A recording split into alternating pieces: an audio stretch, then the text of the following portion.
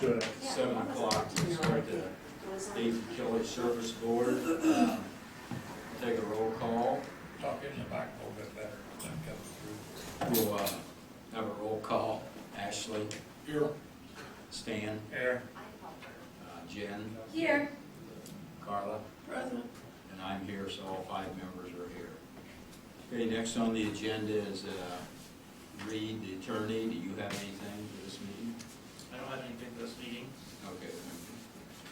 The adjustment reports, we'll skip them and wait for the audit on that again. Okay, Mark, the utility report, please.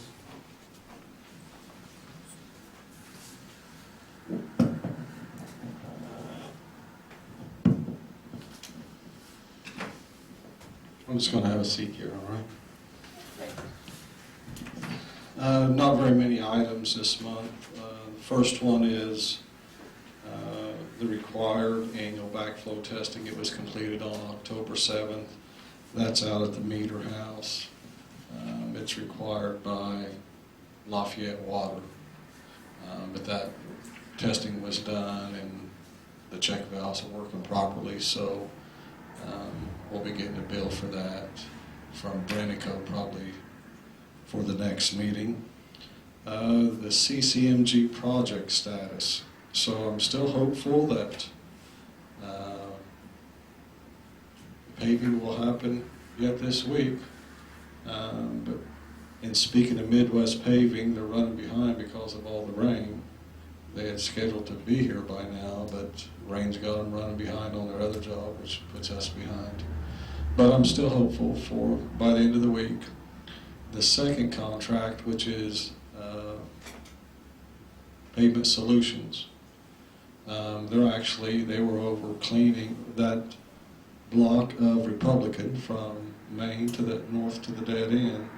They were prepping that this evening, so they're going to block that street off tomorrow morning about 8:30, and they're going to get it seal coated, and I think it's fiber coated is what they're doing. So they notified all 4 homeowners back there, so they all know that, hey, from 8:30 to about 3:30 or 4, we'd like to keep this closed, you know. So that street will be blocked off, Scott. Which street? North Republican. Okay. That one block on the dead end.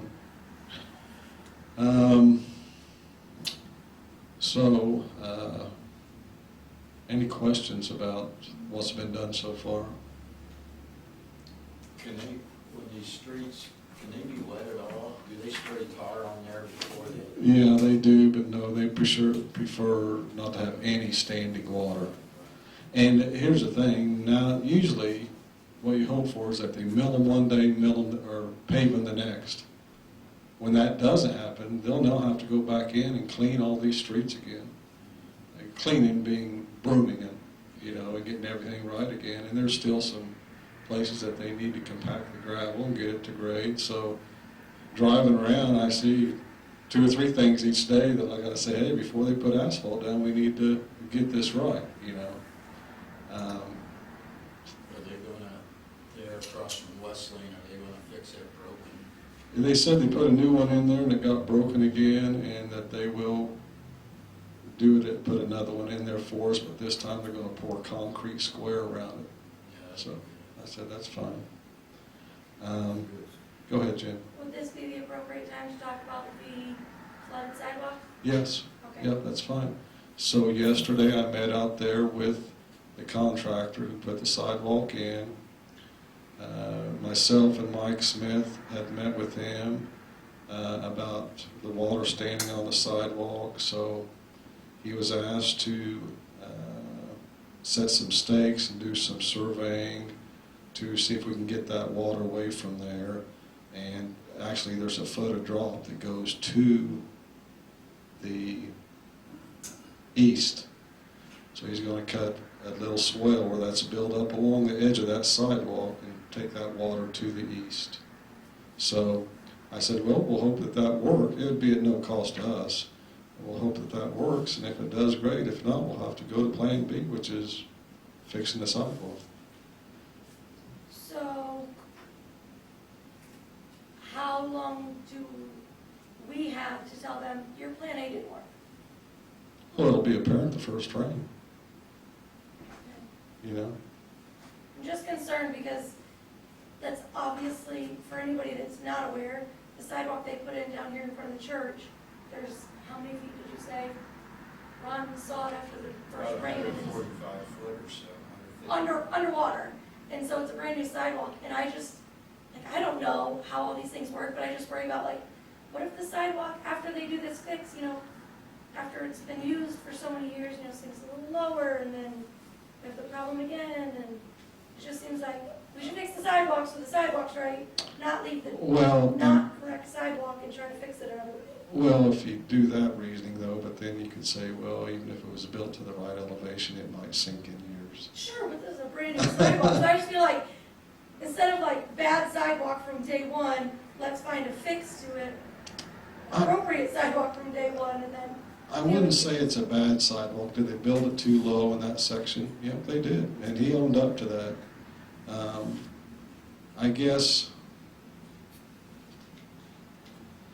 I don't know that we can make them rebuild a sidewalk. I just don't know that to be a fact or not. Common sense tells us that sure you can, but I don't know that that's a fact. There's also, a part further down that's closer to Baker Farms, that way I guess. And it's not a very big area, but it was also underwater, did you see that? That's something I'm gonna be bringing up here in a little bit, Okay. okay? Okay. That's a different problem that I'm gonna be talking about. Oh, So I guess my recommendation to the board is that we let them do this little draining swell where that water goes to the east. And then we go from there. We look at it, we see how it works. If we aren't satisfied, we aren't satisfied, you know? When you say a little drainage swell, when I was talking to Mike Smith, he said it ought to be 8, 10 foot wide. What are they planning on doing? It would be that, it would be a mobile, very shallow thing that you'd have to look to really see it, you know. So it will be like a 8 foot wide, gently V-shaped thing going off that way. Yeah, I think it's, I've got to call into the church. I think it's sort of important that I always tell Dave Crandall and let them also have a part in this, because the last time I talked to him, he said he doesn't want drains, he doesn't want this, he wants, it needs to be a new sidewalk, because it's so low right now. He thought that, remember, the ground on each side from all these trucks and all these excavations, everything, have compacted that down to the flat, the grass is smashed down, and that sidewalk is actually a touch lower than the bottom of the grass. So that sidewalk's never going to come up as the grass grows and the thatch and everything. I think I've been looking at it more since we talked last day or so, and I don't. So do you want me to not allow them to do this then? Well, I think we ought to first, I think before we really decide, we see what the church sort of wants, and if they just are adamant on replacing that sidewalk or something else, then I think we ought to not do the swelling at first, hold off on it and see what the church's first thoughts are. But even with that swelling, you're taking all that water just around the corner, and for mowing and everything, you can have a goofy looking swell or you can have a nice looking swell. And I think, I don't know, the whole thing just looks goofy to me, the more you look at it. It looks too low, it looks like it's set down in there when that grass starts growing next spring. Then it's even going to look lower than what it does now. And I think as the heating and thawing brings the ground up, it's compacted from the whole summer. This winter it's going to heave and thaw, and that ground's going to raise somewhat. And then you're even going to have more of a problem. So you want me to tell the contractor not to put this swale in? Is that what the board's saying?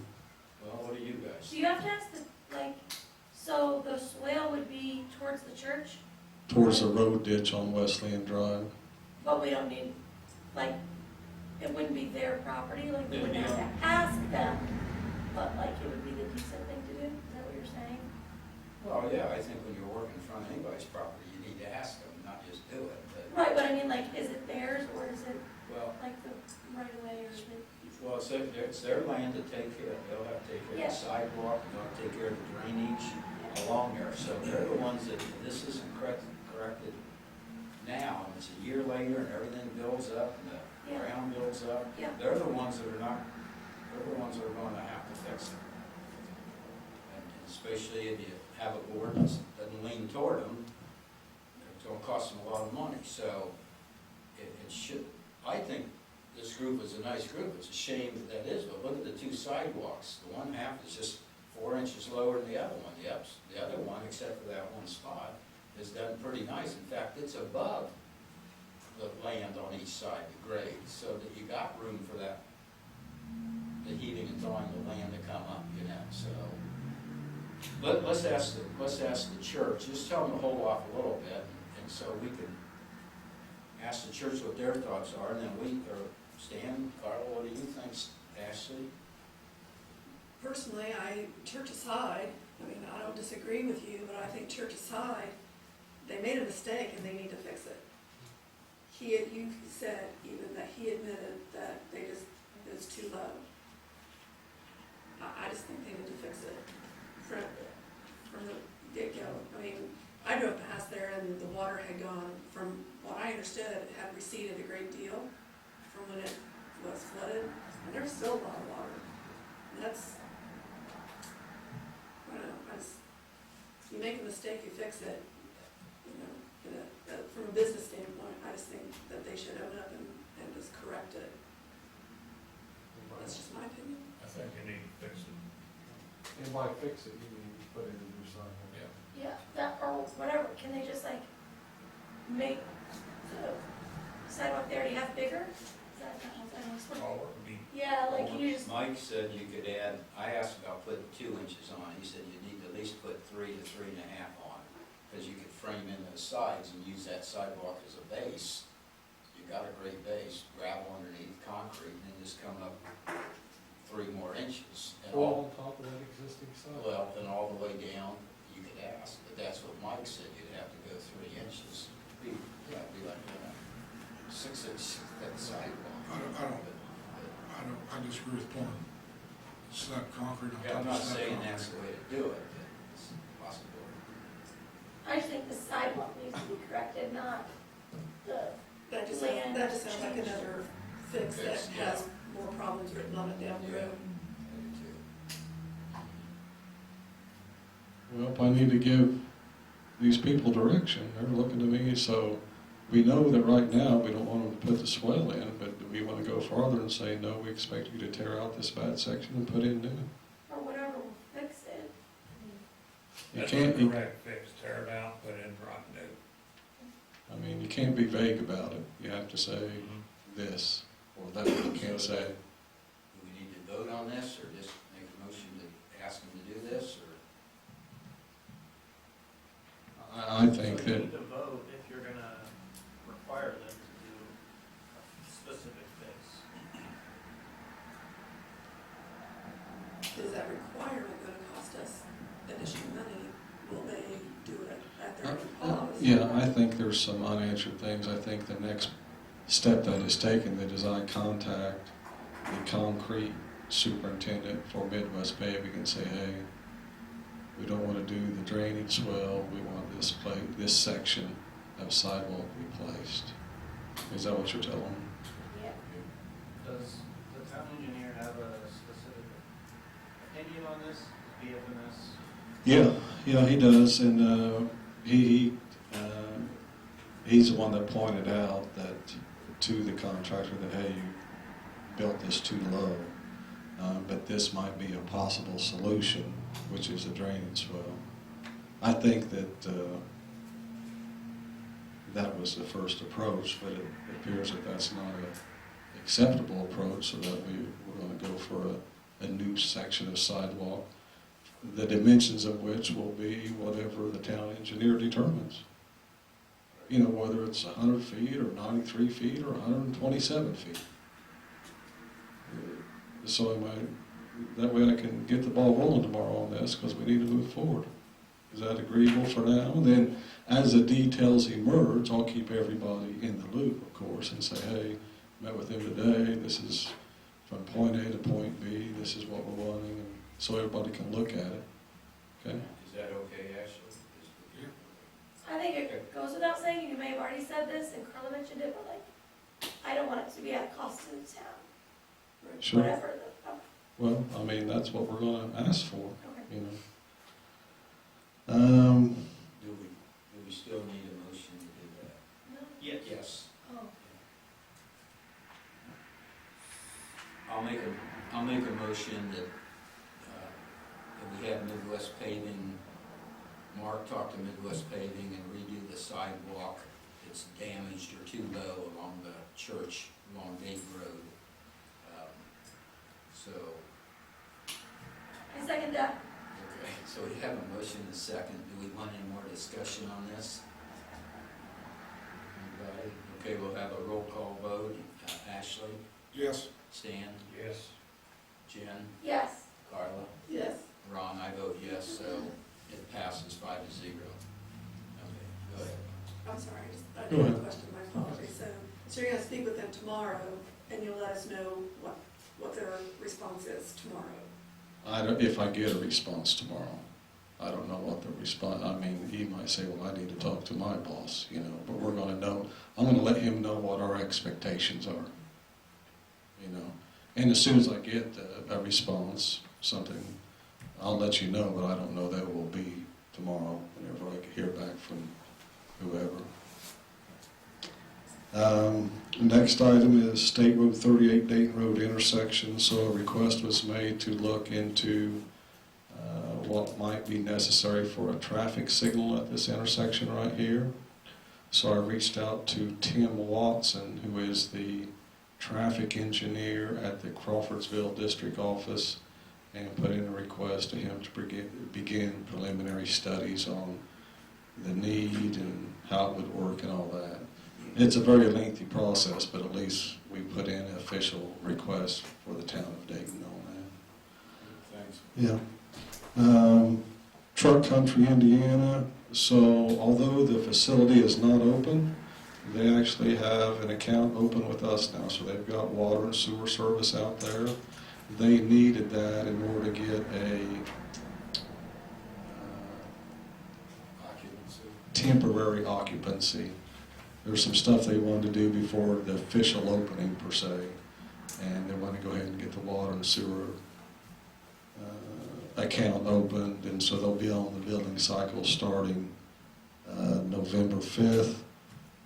Part of that is you have to figure out what their stormwater fee is. So BF&S takes care of that. It's majority of their water by far goes to their own ponds, but there is some that comes out to Hind Drive, so that acreage is calculated. Their monthly stormwater fee is $66. So that's how that is determined, by acreage and where it's going to. But Their whole, you already calculated, Yes. it's just 66? yes. That doesn't seem right. Should be up around 110 or so. What do you base that on? Now you look at McAllister, and now his base, they pay, I think, 105 or 110 or something, and They don't. They don't. 99? They pay like 70 some.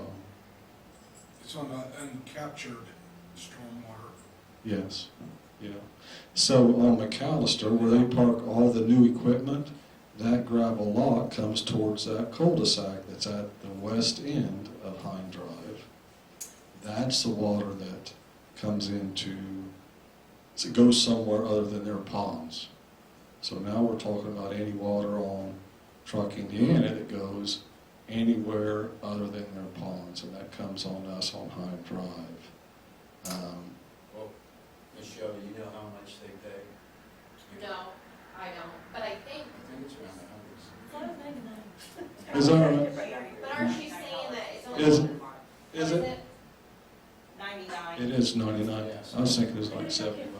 But isn't it only calculated, you said, for the part that's not being captured by the pond? That's It- probably why it's. It low. is based upon acreage that drains onto town streets or whatever. That's how that's. Okay, looks to me like the whole front of their area, behind this ditch, behind the sidewalk, is all underwater.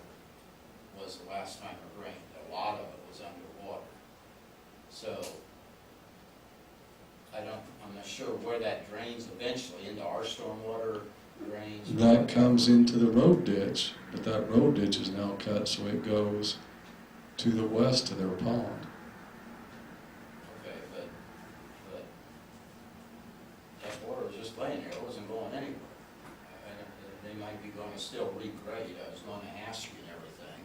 No, they've got it seeded. But what I'm saying is, we paid over here $55, and not 1 ounce of water goes anywhere out on the street. We had it surveyed before, and elevation and everything. And I don't know why ours is 55, and theirs is 66. They got 10 times the asphalt and everything down there, so. And I don't have the answer for you on that. I do have the paperwork that BFNS sent me to calculate that $66, and I'd be glad to share that with anybody. Okay.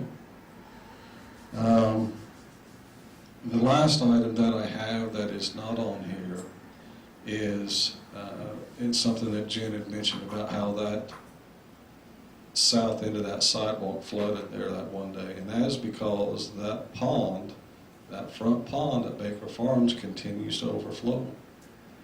So, here's some thoughts on that. So, the pond was built wrong. They put a clay lining in it, and it shouldn't have. It's supposed to soak down into the ground. It's not supposed to hold water. If it does, very briefly. So the contractor knows this, the developer knows this.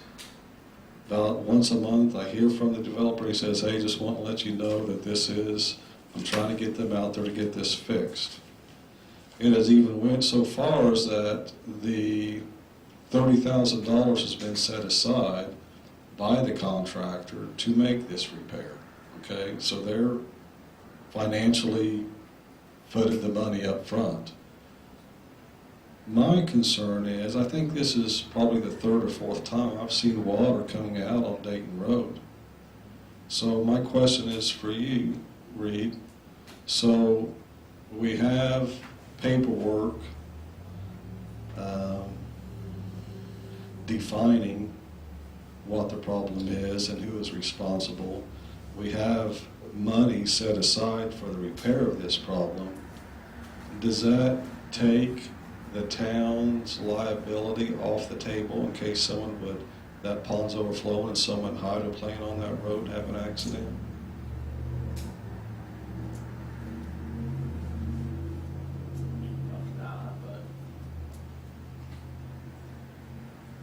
That is my concern. Yeah, Mike, first of all, Malacus didn't volunteer $30,000. BFNS had to tell him to lay that aside. Right, but it's laid But aside. it is laid Yeah. in. And the way I understand from Mike Smith is he's wondering why it's taken so long. And they had this whole dry summer and everything, and now we're into a wet period. Yeah. And he thinks sort of the same thing, that who's responsible when that water's really, it came over 2/3 of the way on the road, and cars come around that bend and they're going down there, they're slowing down a little bit, but not much, but then they weave way over in the other lane. And I personally think it ought to be, is until Malacus changes that pond, we have something that he's responsible for any accident that happens on that water and on that road at that spot. Because to me, it's, a lot of people are Facebook, they're calling up, they think it's a bad situation, and I agree with them. So that's why I'm bringing it up. So Yeah. I think that we need direction on this from the board and the town attorney to say, okay, we've been patient, which I think we have, and I agree, we went through a pretty good dry spell there. And they've set aside funds, but we're still not seeing this addressed. And it'd be different if it was a pond in the back and it was overflowing out into the woods. We'd still want it corrected, but it wouldn't be causing a possible public safety concern. So I think that we're to a point now that we need to address it more directly, just simply because of, one, the time frame it's taken, and two, we see that, hey, this wasn't just a one-time overflow, it's happening. I mean, which I look today, we've had 3.5 inches of rain just in the first 12 days of October. But that's life, you know. So what do you think we should do on this, Reed? I'd have to look into it, because I don't know if that would be enforceable to say, if, you know, the argument is, well, the town needs to be responsible for public safety regardless. You can't contract away your own duty. I mean, we might be able to get reimbursement in the fact, if we were found liable. But, you know, I think we need to just be doing everything we can to fix the problem in order to avoid liability. But we can look into whether we can have a contract, you know, that requires the developer to indemnify the town. You know, we just have to put something in there that, you know, we're not doing this to allow this to continue. You know, that we've taken all efforts that we can to try to fix it. Well, here's a suggestion, is if you stop any more utility permits down there, I would think the builder would fix it. We've asked him nicely. I think you've asked him, Mike Smith has asked him for months now, and it's not being fixed. And to me, that's just one big excuse on him. He's got the money, he's got the people, he can do it.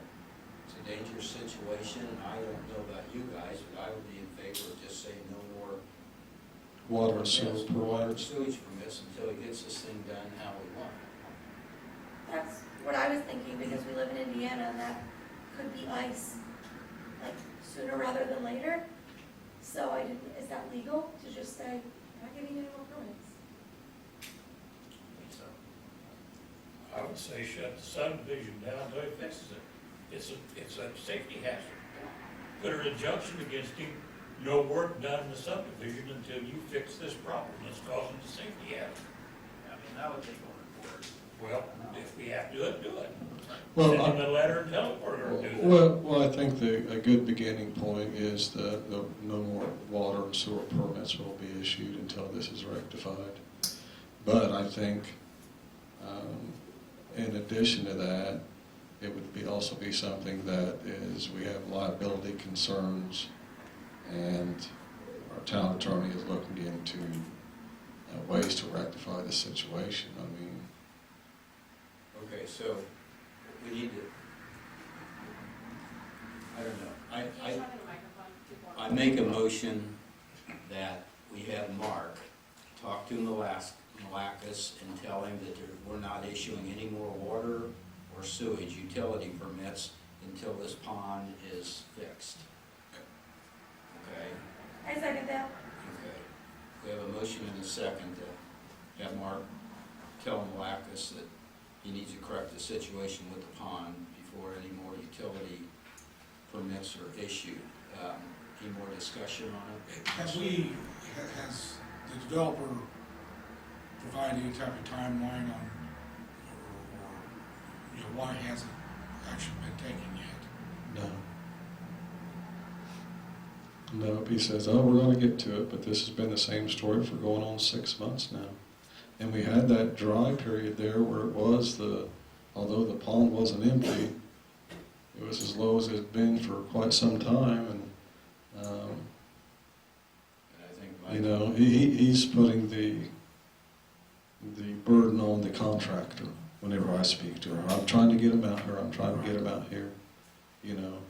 But while we're putting it on the developer, he's putting it on the contractor, but the problem is persisting on our road, where there could be an accident. And I gotta say that I think that we've been more than patient. So I think that we do need to take a next step. What that was, I didn't know, but I think that We need to move forward somehow on this, or else it's gonna be, and I hadn't even thought about that, you know, what if we get, all of a sudden we've got an ice situation out there?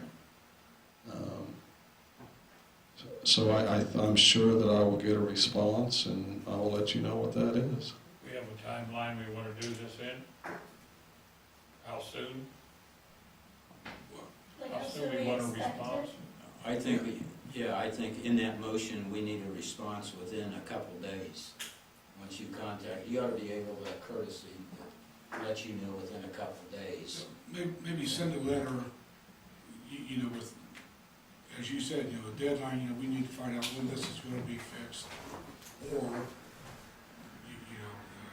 gonna have to take a little bit more action, which would be, you know, not allowing the permits and stuff like that. But kind of give them one last chance here, you know, live with. I disagree with that. I think that is his last chance. He's reached it. Sending the letter, here's our response. No more permits until you tell us when it will be done and that is accomplished. And I think that that's fair.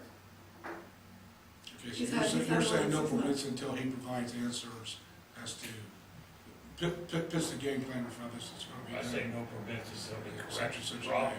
So it's That's correct. what I meant on the motion is, yeah, no, immediately. It's gotta be corrected, not just say he's gonna correct it. Yeah. It has to Because he's be been corrected. saying he's gonna do it, but he hasn't.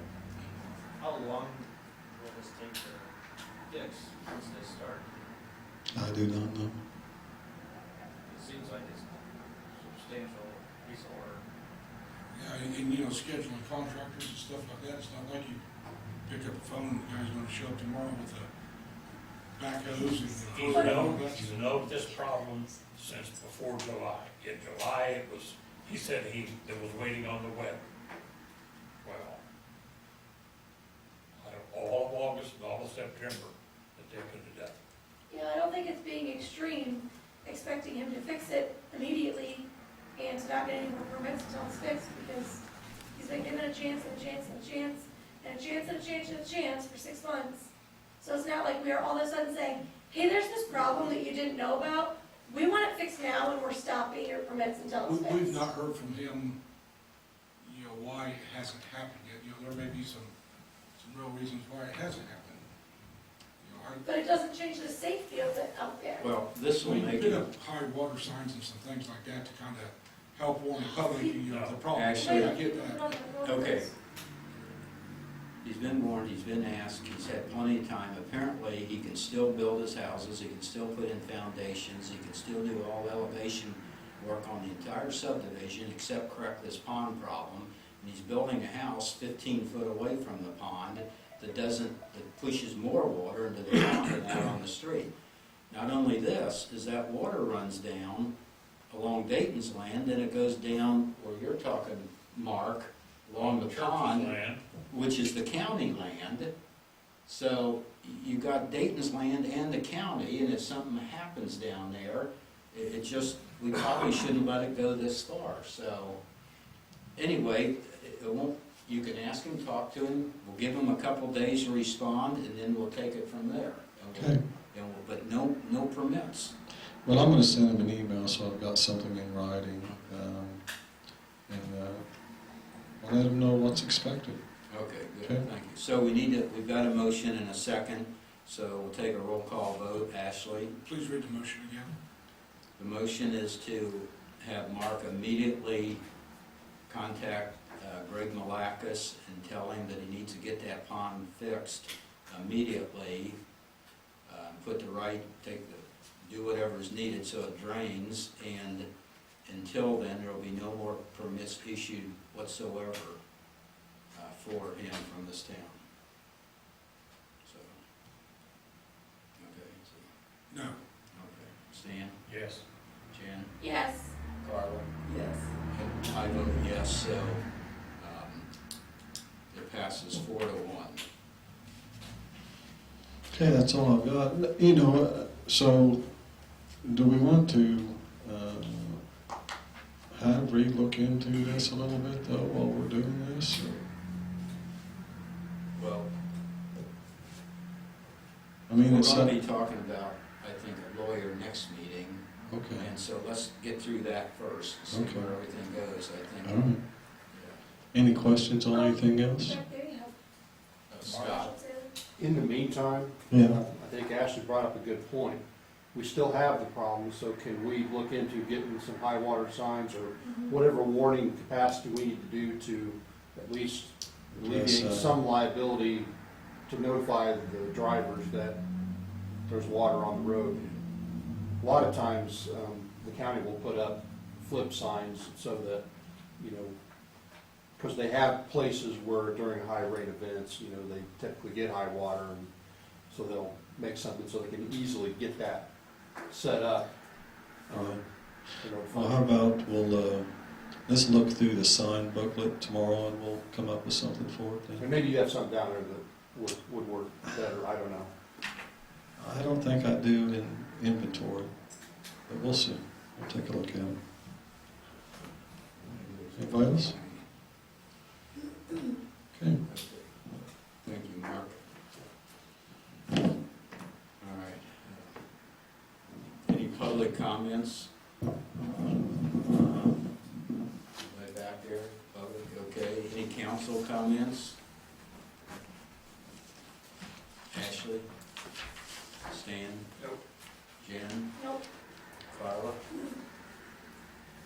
You got- Are you saying anything about the audit, or are you just marking it off? I'm marking it off. It should have been put on there. I didn't see it. Shouldn't. Just a couple things.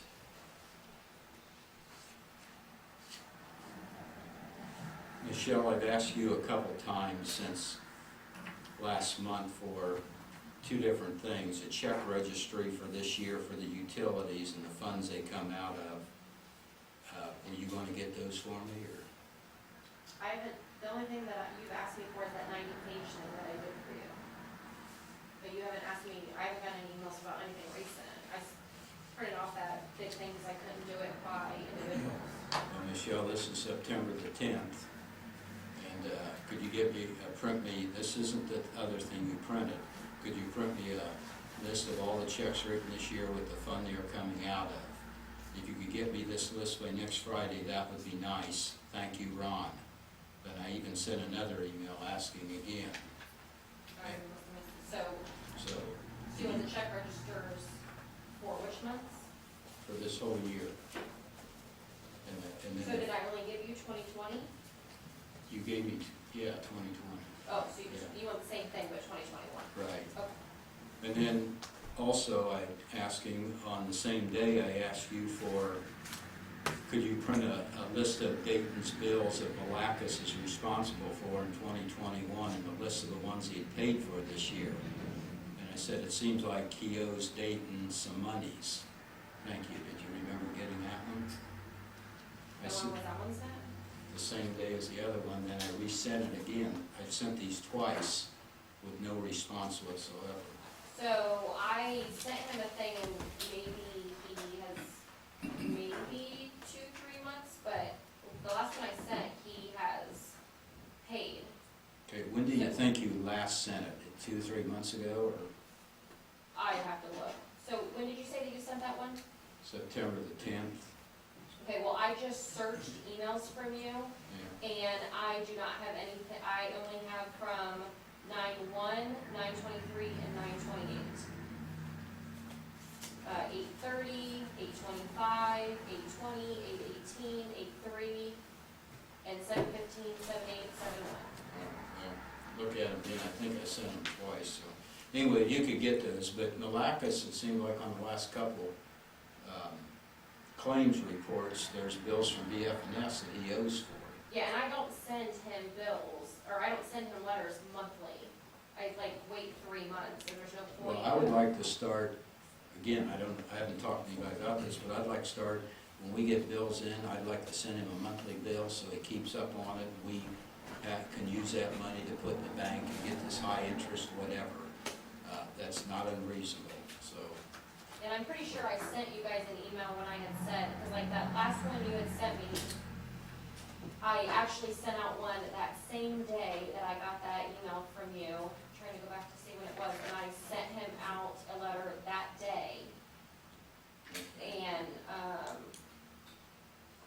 and then he paid within 30 days. Yeah, I'm sure once you send it out, he pays for it, that's great. Here's like $552. Yeah, on June 25th, I responded to that request. And I had talked to, I think, BFS, and they had, because I had made sure, and I think that they said that they had also, it was either them or somebody else, that they had also sent you all of them, and then I had scanned them and Well, I emailed had, them as well. yeah, I had Connor from BFS send them all to me. Yeah, and then I scanned them all as well. But, so it sounds like we haven't done it for several months, so I'd like us, what do you guys think about Well, billing them once a month? what's your reasoning for not when a bill comes in, not sending it to them? So like we pay it, and so most of the contracts, so like, Truck Indiana, all of theirs will be billed to them once their project is closed out. They will take what they've already deposited or the lump sum that they came up with that they had to provide for their inspection fees. And then at the end of the project, we take all of their bills that we've paid to the FNS for their inspection and all of that. We subtract what they've already given us. Then we say, hey, here's all the invoices, this is what you paid us, this is what you owe us. Malacus, because it's been going on so long, they're just wanting to constantly send, but I mean, to constantly send it, because I mean, they're not always high things. So I typically do it in a lump sum of like once every 3 months or something. I'll say, hey, and I send him the copies, this is what we paid, this is the date we paid, please reimburse us this, and I give him 30 days. I think a month ago it was 1,700 or so, and this is 500. So I'm not sure, but I think it's up to the board to decide. We get bills once a month from these people. They don't wait on us, and so what do you guys think? It's just the way all business projects have ever been done. I think you're billing every month. Okay, I make a motion that we have Michelle bill Greg Malacus each and every month for bills that come in that he owes for, whether it's legal bills that we've done work for, that he agreed to pay, or for BFNS engineering work, or whatever it be. I second it. Okay, we have a motion and a second. Any more discussion on this? So can they just pick and choose what businesses they do that to? Yeah. And, So if Truck Indiana ends up owing us $60,000 at the okay, end. Michelle, when we're done with this, let's take the vote first and then bring up that question, okay? Well, you said discussion, so. Yeah, Well, I think that's an interesting point, you know, I mean, Feels like it's we don't deal with, Yeah, let's sit, first of all, my suggestion would be on, like, I used to do it years ago, is once they use up their credit money, then you should be billing them monthly on anything new, so we don't have, if it takes them 2 years to do a project, or one little part of it, they drag it out, our money isn't tied up, so it would apply to the same thing. I think we should do that also on Truck Indiana. So I'd look and see where they stand, and if they've used up the money yet, and if they have, we ought to be billing them monthly. We ought to at least be billing them a statement on where they stand, so they know where, we each know, we can say, are they 5,000 ahead or 5,000 Well, I think behind? the redevelopment guide needs to be looked at too, because I think it's in the redevelopment guide, so we can be going against. Okay, but anyway, we got a motion and a second. We'll take a roll call vote. Ashley? I'd like to see what the redevelopment guide says on this matter. Okay. Stan? Yes. Jen? Yes. Carla? Yes. Ron, I vote yes, so it passes. So we'll send him a bill immediately, and also, Ashley, you can look into the redevelopment thing, see what that says, and report it to us, so. Okay,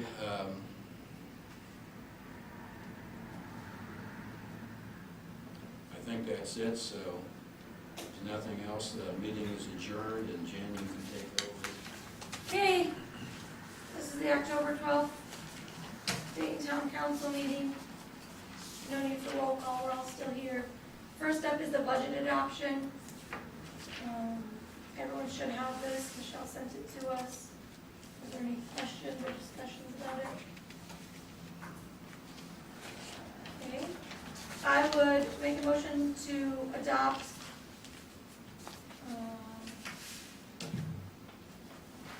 ordinance 2022, 2022 budget ordinance number 17. So it would be 2021 Oh, thank you. 2021-17. I second it. There's been a motion made by myself and seconded by Stan to adopt this budget. Is there any discussion before we vote? How do you vote, Ashley? Yes. Stan? Yes. Ron? Yes. Carla? Yes. And I vote yes, so it's adopted 5-0. And if we could sign these things before we leave, we can get them right back to Michelle. Okay. Next is the alley abandonment at 693 and 695 Walnut Street. This is this blue packet that we all received the last time. Does anybody have any discussion regarding this?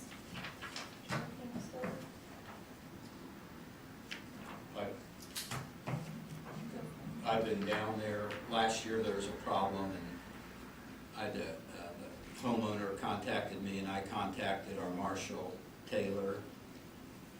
And this is an old alley that doesn't, I don't even know why it's there. It goes nowhere. There's no utilities in between these houses.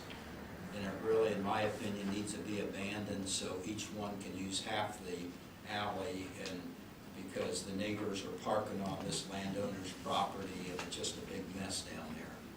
So there's no reason that I can see of that we shouldn't abandon it, but it's my opinion. I have a question, I guess, for Reed. If we abandon this, which I think we should do for all the reasons that Ron just said, is that pretty much where it ends for us? Or are we going to get, like, if one neighbor says, well, you know, this is where the halfway line is, and the other one says, this is where the halfway line is, like, once we abandon it, are we not involved in that any further? These documents, so. Can someone explain a little more? Is there like a petitioner? Yes. Requesting an abandonment? This, are you done? Yes. Okay, he's right here, actually.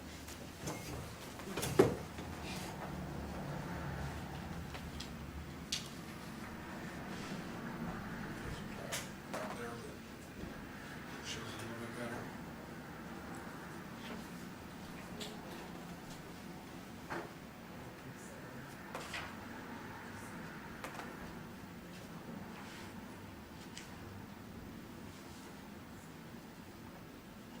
I pretty much just wondered if we said, yeah, we're abandoning this, like, do we have to say, and get it surveyed or whatever and say, this, you know, part goes to you and this part goes to you? Have you checked into the legal work? This I have not yet. Recording and. I know when the land was platted back in the early 1820s. I have an abstracted title that's about this thick. Basically, when they did it off, it was all marked off by 40 paces to the big rock, Right. you know, 390 paces to the big oak tree. But the survey that's in front of you was done when I purchased the property in 1984, I believe. And there is a 12-foot inconsistency, which actually goes to the east, which would make that property line like right through the neighbor's garage, basically. But I mean, really, I mean, if you look down the alleyway directly across 38 alongside the barber shop and the Redbird, it matches exactly where, you know, I've got cement posts in the yard and. I wouldn't trust that alleyway either. No. As far as being. Right, and actually every other property down along the south side of 38 has an alleyway that's never been used. Right. I think the intent was that, you know, there were two properties deep, and there was an intent at some point to build properties on the back side or structures on the back side, which never happened. Right. So, and most of them have been abandoned with the exception of this one. As far as the legal work to make this happen, recording and all that? I don't know if you- Is there any expense to the town? If there's an expense, I would be more than happy to take that on, Okay, if, you know, with filing expenses or whatever. right. Would Yes, we I have to believe that have there this surveyed to find out the exact dividing line? Property owners. So I think conveyance documents need to be prepared. And then those documents will be recorded to show the abandonment. So the question is, you know, who's gonna prepare those? Who's gonna pay for those? You'd be willing to pay to have conveyance documents drawn up? I would.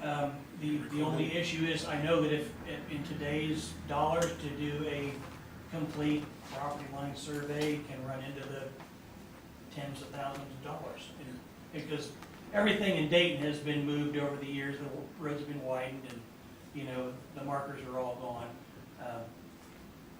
So I don't know what that type of money would be honest with you. I've been involved in something, not exactly like this, but a lot of similarities. I'd be surprised if it cost much more than a couple $1,000. And you know, I would be happy with the town of Dayton saying, we don't want the property, if you wanna just divide it up, you know, where it is now. I'm kind of at the point now where I just wanna be able to separate the driveways that were at one time separated. I just wanna know, I wanna be able to go to the neighbor and go, this is where we're separating it. The driveways were combined by the previous owner of my property and two previous owners of the other property that were related, and there was an elderly mother, and they wanted her not to have to back out of the road and whatnot. So, I just wanna be able to have my driveway as my driveway, Right.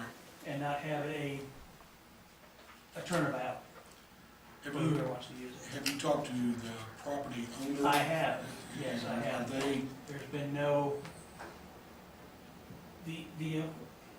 I've laid it out pretty clearly in the request, that I've tried to contact the owner. The owner has told me that this is with the previous occupants of the house, it's a rental, that they had sold the house to a 19-year-old on contract, and that I was to talk to them, because they no longer own the home. We tried to make contact with them, there was a lot of confrontation because of the age situation. have you talked to the property owner about if they're willing to participate in the conveyance? I have not. I have made contact with the owner and said I would like to discuss face-to-face about the property, and have not heard back from them. They tended to want to talk via text, or, you know, and I want to talk face-to-face with somebody, because the property owner, to me, in my personal opinion, doesn't care about the property, they care about the money that they're making from it. Right. With the photographs that I presented in this packet, shows that they have no care about the maintenance of the property, Right. and Yeah, I'm aware of that. So, in reality, we may only be conveying half of the alleyway. If the other property owner isn't willing, and we don't know, but if they're not willing to, you know, pay the expense to take the other half, then at the end of the day, we would pay half alleyway, and he'd own the other half of it. Doug, you're talking about you do the paperwork for the whole alley, right?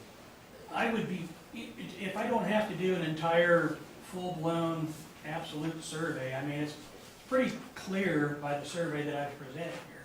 Even though it doesn't say this is made for building, you know, for building a structure, that's not what I'm intending to do. I'm intending to just separate that driveway in half, Right. where it clearly shows that right now the alleyway is 4 feet from the neighbor's structure, the garage. I just like to have that split in half, just so there can be some separation between the two properties. You're wanting your half of the alleyway. I'm wanting to separate the driveways, and I want a definitive line to say this is where it ends. But you would be satisfied with half of that alleyway? Absolutely, sure. Yeah, I want the entire thing. Even though, if you look at the survey, the back portion of my property at some point, who knows when, absorbed the entire 12-foot of that Oh, section. you did? Yeah. Okay. If you look at the I survey, guess that. yeah, and if you look at the tax records of Dayton, several of these multiple the front and back properties have 2 tax deeds, whereas my property only has a single tax deed. And if you look at the survey, it says, you know, Bears Addition Lot 18, such and such, and additional, you know, so many feet by so many feet by so many feet. It doesn't give an actual lot number, where the other lots along this side, the south side of 38, actually have separate lot numbers in Henry Bears Addition. Is that telephone pole, is it a slight angle, is that on the, I couldn't Is tell you that on the exactly, east Ron. side of the alleys? The tree between the driveways, yeah, that would actually be almost the center of the, well, maybe a little off to the east of that driveway. So it would be on the other 6-foot section, the honeysuckle? the honeysuckle, correct. So he's saying. So, what I'm saying is, this you here. can't, with the honeysuckle and that telephone pole, you really can't, you'd have to move them both. You'd have to move them Create both an- and make another access and between the then- 2 and cut the driveways. State access. highway curve in. That's too. correct, yes, sir. So it's really an alleyway on paper that you can't really access right now. Right, I mean, and like I said, it was platted back in the early 1800s. And I think most of the other ones here on 38 have been abandoned at some point. For some reason, that was just unimproved. You hear that, Ashley, the way that curve comes up, the telephone pole in the middle, they'd have to take the curb out, sidewalk out, lower it down, take the pole out, and move that honeysuckle to actually put To use- an to alley, use that they're using alley. it as an alley. Oh. And it just, I don't think it'd ever be used. yeah, I agree with you there, I think it ought to be done.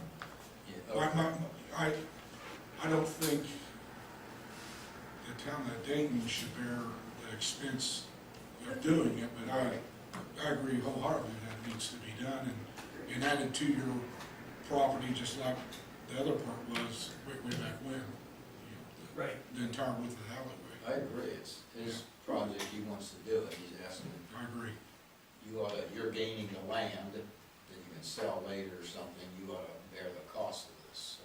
I make a motion that we abandon the alleyway at 293, 295 Walnut Street through a conveyance method, if you're willing to pay all the expenses incurred.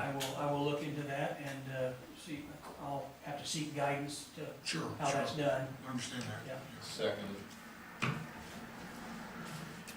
Okay, there's been a motion made by Ashley and seconded by Ron to abandon this alleyway between these 2 addresses at 693 and 695 Walnut Street through means of conveyance documents.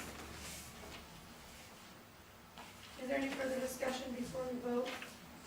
To Doug and Vicki Willis. To Doug and Vicki Willis.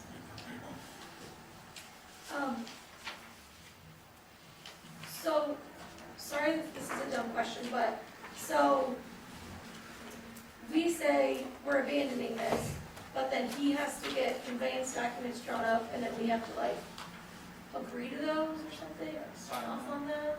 Sign them and then they get recorded. And that pretty much just is like our official way of saying we abandoned it? Right, I mean, you're just approving the action, but the legal documents need to be drafted up and signed in accordance to do the. Okay. Is there any further discussion? How do you vote, Ashley? Yes. Stan? Yes. Ron? yes, Carla? Yes. And I vote yes, so that passes 5-0. Thank you. Thank you. Okay, next on the agenda is attorney. Reed. Thank you.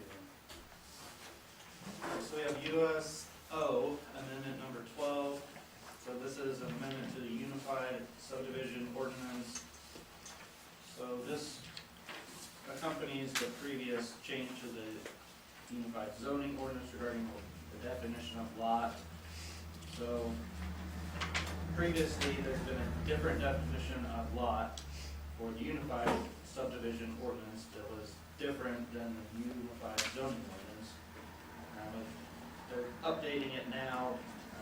It's never been a problem because there's a separate section that says the UZO provision always controls over the USO. But now, because of other changes, they had to update forms for the USO. So now they are changing the definition of lot so that it matches your approval for that. So that pretty much covers what they're requesting for this amendment. The rest of it is just the list of new forms that they're approving. Need a motion to approve USO amendment number 12. I make a motion, we approve USO amendment number 12. I seconded. There's been a motion made by Ashley and seconded by Stan to approve USO amendment number 12.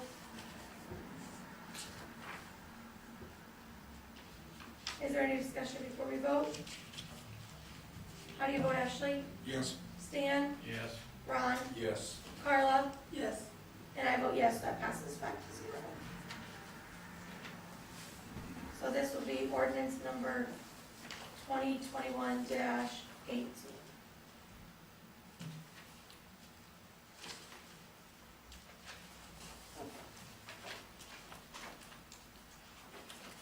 And if you guys, with this, if you could sign this before you go or initial it, so we can get it right back to Michelle.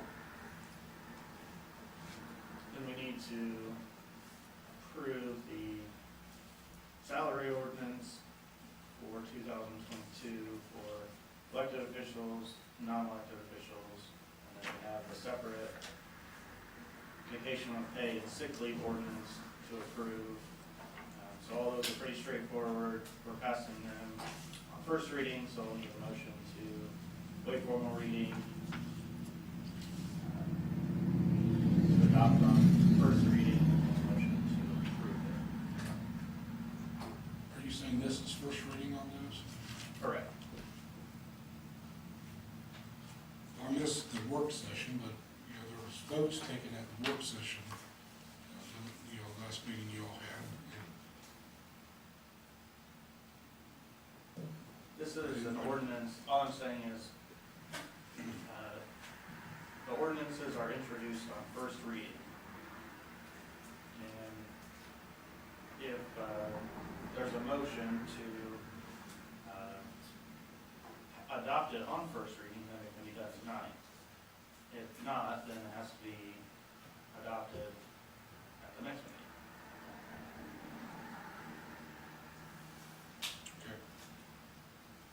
So Reed, on the elected officials, just for clarification and for the record, because you didn't answer the email, I'm just trying to get a hold of you. So how the council voted to remove the healthcare stipend for me. So they tried this 2 years ago on January 2nd, 2020. You would let them know that they could not do it and that the ordinance was not changed on January 8th of 2020. So ordinance wording has not changed, Indiana statute has not changed. So can you just clarify for the record why you're saying that now you believe that they can do it, even though you told them 2 years ago that they could not? No, because I don't represent you in your individual capacity as the clerk treasurer. I represent the town council, and my communications with them are between me and them. And if you want to, it's their decision to interpret my guidance, what they receive from State Board of Accounts, and they can make their decision. And I didn't respond to your attorney because your attorney is supposed to be limited to provide you legal advice regarding the discharge of your duties. If you wanted to challenge this, you would need to hire private counsel. I would make a motion to waive formal reading of ordinance 2021-19, an ordinance adopting vacation with pay and sick leave policies. There's been a motion made by myself and seconded by Carla to waive formal reading of this ordinance. Is there any further discussion? Yes. In your all's work session, you voted to remove the stipend for the clerk treasurer's insurance. I would encourage you to go back and read emails from Reed about a year and a half ago, about this same subject. I don't believe that you acted legal in voting during a work session meeting. My understanding was you can't vote in a work session meeting. And I see this as nothing but retaliation against Michelle. Once more. Okay. This is to waive formal reading of the vacation with pay and sick leave policies. This is the one that we did so that when Marshall Saylor hires a full-time deputy marshal, it just gives the council the opportunity or the flexibility to offer vacation time based on all the things listed here. So, we're not actually on the ordinance yet. Your own benefits, okay. Yeah. I think the benefits were also changed where the sick leave had to be used before somebody left employment in the town of Dayton. Am I correct? About the sick leave? I don't know, the sick leave was changed so that they could carry it over. They could carry it over. But yeah, it's not gonna be paid out. It would not be paid out upon either somebody leaving the employment, Dayton either voluntarily or involuntarily. Right. Yeah. I think. Yeah, it's currently not paid out, and you're currently allowed to, everyone's allowed to carry over 6 hours or I think they just get 6 new, like it just renews every year. They're not allowed to carry any over. Right. Yeah. So this is, the change is to allow 20 hours to accrue, carry over each year. But those are not paid out, just like everything else. Okay, they weren't paid out before? Correct. Okay. My misunderstanding, I thought they were paid out before, so, okay, I'm with you. Yeah, the current handbook says that sick hours are not paid out upon termination. Okay. I'm with you. All right, so this motion was just to waive formal reading of this ordinance. How do you vote, Ashley? We're talking about the 2022 benefits ordinance. Ordinance 2021-19, but it's, yeah, the ordinance adopting vacation with pay and sick leave policies. Neither of the salary ordinances. How about yes? Yes. Ron? Yes. Carla? Yes. And I vote yes, that passes 5-0. So I would move to adopt on first reading ordinance 2021-19, an ordinance adopting vacation with pay and sick leave policies. Second. There's been a motion made by myself and seconded by Carla to adopt on first reading ordinance 2021-19. Is there any discussion? How do you vote, Ashley? Yes. Stan? Yes. Ron? Yes. Carla? Yes. And I vote yes, that passes 5-0. So I vote to adopt ordinance 2021-19, an ordinance adopting vacation with pay and sick leave policies. Second.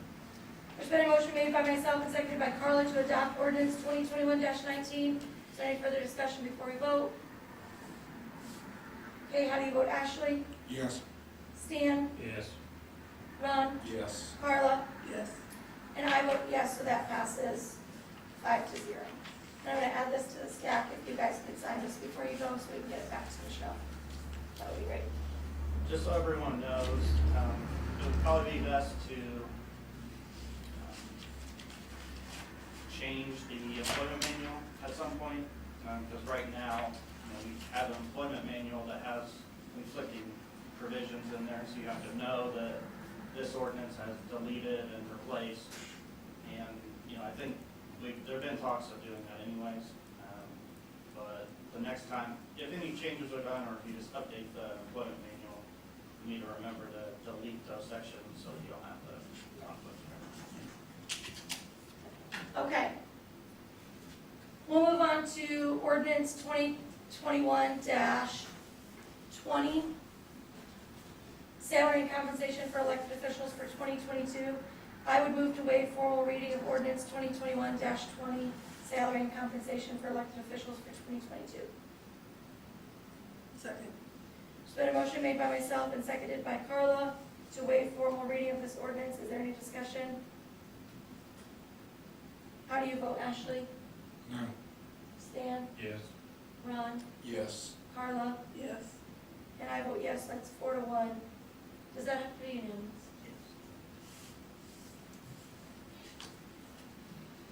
Can I keep that ordinance number even though it went there?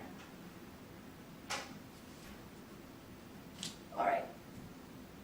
Ordinance number 2021-21, salary and compensation for non-elected employees for 2022. Marshall Taylor, you had some things to present for this.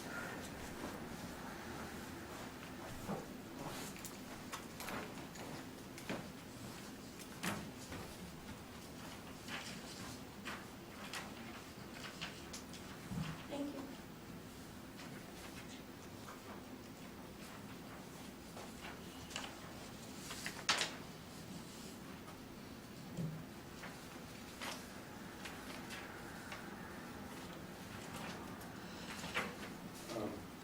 First of all, I wanted to thank you for your consideration on the salary, my salary for 2022. What you have before you is a proposal of 4 points for members of the police department that aren't normally talked about a lot. And I'll just go through the list. My intention is not for a vote or a approval tonight. I know you're putting some of these to vote, so I don't know how that'll fit in, but my intention was to let you mull this over and possibly bring it to a vote next month. So I just wanted to talk to you all at the same time and kind of explain and answer any questions that you might have. My first proposal was to start new part-time officers at the full rate of $27 an hour instead of the current rate of 22. New part-time officers are put on a 6-month probationary period, and I recommend that we keep the probationary period, but to start them at the full rate. I believe this would help with recruitment and some other things to consider. Not that I think we should compete with this, but it kind of hurts in my recruitment of part-time officers. Currently, the going rate for part-time employment for officers in Tiffany County is $60 an hour. So if they go work a private security gig for someplace, that's what departments are telling those private entities that they've got to pay. Now, we're a little bit different because, we're regular employment, and I don't think we should have to compete with that, but just keep that in the back of your mind when I'm hiring a new officer. If he's thinking, well, I can go work a couple shifts at Dayton a couple times a month, or I can go work $60 an hour somewhere else, I may not. So if we just started them out at 27, I think that would help. Still want to keep them at the probationary, having a probationary period in case there's a problem and we decide you're not a good fit and we don't have to go through a hearing if they decide not to resign on their own, if there's a problem. So that's kind of my first point. Any questions and understand what I'm asking? Where are they working for $60 an hour? Pardon? Where are they working for $60 an hour? Who's hiring these guys? Sure. Like wedding venues, security, Private security. the officers you see sitting in the middle of the interstate for the contractors, things like that. Mall security. They're quite busy. So much so that I know just this week I was contacted by the sheriff's department saying, would you be interested in doing some of this, because none of my guys are. So, Dude. so anyway, that it is what it is. Any other questions? Okay, the second thing, I would like to give, or like you to consider giving officers a 50-cent raise for every 5 years they work above the starting rate. For example, we have 3 officers that this would come into play for. We have an officer with 10 years of experience, or have worked for Dayton for 10 years. That would give him 2 increases, would be a $1 increase. We have an officer with 18 years and an officer with 19 years. This would give them a $1.50 increase over that base rate of 27. I think it's commendable that they've been dedicated for the town of Dayton for this long, and I think it would be a good idea to offer them some incentive over what the normal base rate is. Somebody that comes in and works for a year and then quits. Based on 2020 hours worked, this would be a total increase, including all 3 of these guys, of about a little over $1,000 a year. So it's fairly low. That would be the cost of the town if we approved this kind of pay raise. And basically, that would be, basically like a longevity incentive written into our salary ordinance.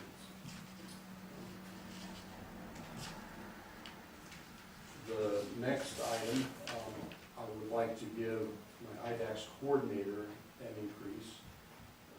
She hasn't had one in the 7 years that I've been here. I'd like to increase it from $12.50 to $15 an hour. This would take her bi-weekly pay from $62 to $75.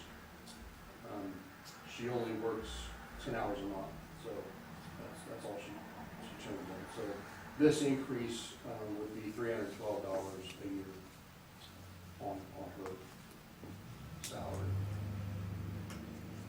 And she's worked 10 hours a month for always, right? Yeah, So now Yeah. that she's gonna sub. that's basically our agreement with her, and if you don't know what the IDAX coordinator does, every department that is connected to the criminal history, and the DMV records check system, the IDAX system, runs triple I's, runs criminal histories.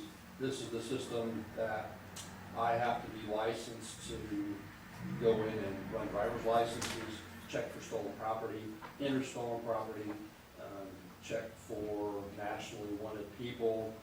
That's how we find fugitives and pull somebody over on their license. That's how I find out if somebody's wanted in Idaho on a warrant or something like that. So that's part of our computer system. And somebody has to keep records and be in charge of audits when the federal government and state government comes in, and they'll pull random things that you've ran and say, why did you run this? And you have to have documentations that you did it for law enforcement purposes and not just willy-nilly running people's license plate because it's fun to do or you want to see who that person is. So you've got to have justification to do that. And she manages all these records. She is actually the coordinator for the county, and for a little bit of a stipend that we give her, she manages our records too. So she's like your official record keeper? Correct, for the IDAX system. So when they come in and do an audit, she handles the audit. She tells me, I need you to pull these records and verify why you ran them. All I gotta do is look them things up and give them to her, and she handles the audit. So it's money well spent in my book. The next item would be the crossing guard. I would like to increase their rate from $21 to $25 per day, just for the hassle of coming out twice a day. This would be $12.50 in the morning, half hour, and $12.50 for the afternoon, half hour. And that cost increase total through the year would be approximately $700. She spends more than a half hour I was out there. I thinking. mean, she probably spends an hour each time between unloading and pulling her stuff in and out. She's doing a really good job. Yeah. She's been been really pleased with her effort, work ethic, and she's probably sad when she ever goes, because she does a really good job. And she cares, I mean, she'll call, she just doesn't take the money and go, she'll call me up and say, you know, I've been seeing this car, it's doing this or that, or she'll point out problems to me, and what do you think about that, or keep an eye on this. Just the other day, she said, hey, I got kids running across the Dayton Road, not using the crosswalk, 2 or 3 times they've done this now.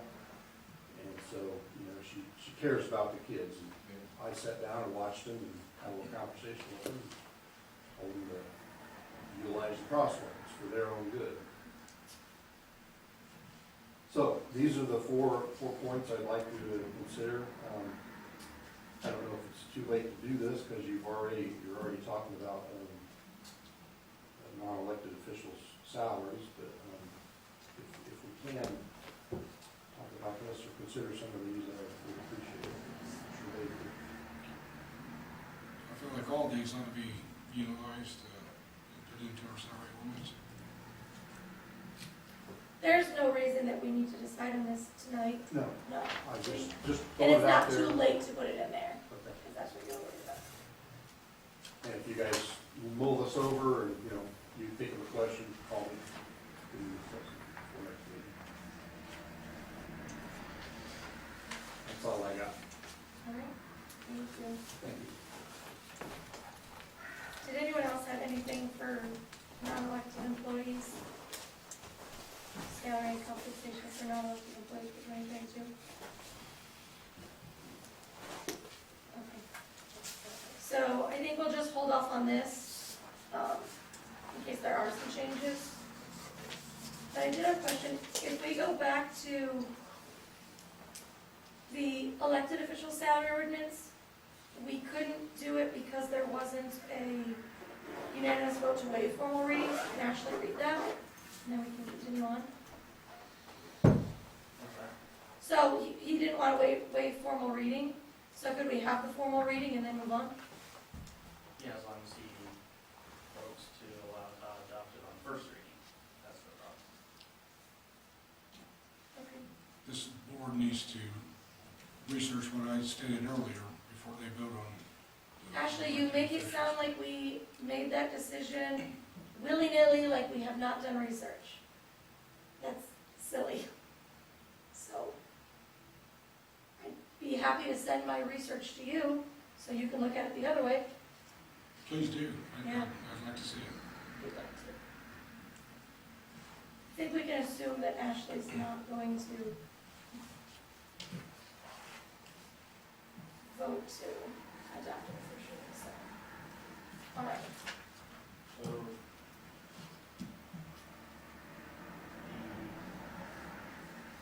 the non-elected officials ordinance will be for first reading next month.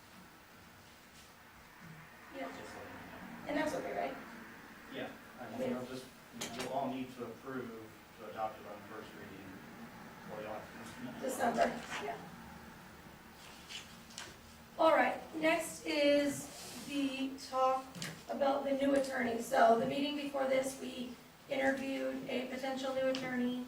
Her name was Alicia Albertson from Ryan Moore, Coach Triplett in Albertson. I think it went really well, and I would, I guess, make a motion to hire Alicia Robertson with Ryan Moore, Cook, Triplett, and Albertson LLP. I second it. Okay, there's been a motion made by myself and seconded by Stan to hire Alicia Robertson as the new attorney for the town of Dayton. Is there any discussion? Starting Oh, immediate, I mean, immediately. immediately, but she did say that if we were to vote to hire her, then she wouldn't be opposed to like getting with you, and if there were like loose ends that she needed to know about. So I don't know if that's something that you could do. Yep. And then, okay. So effective immediately? Anyone else? How do you vote, Ashley? I mean, I think you put a date out there, November 1st.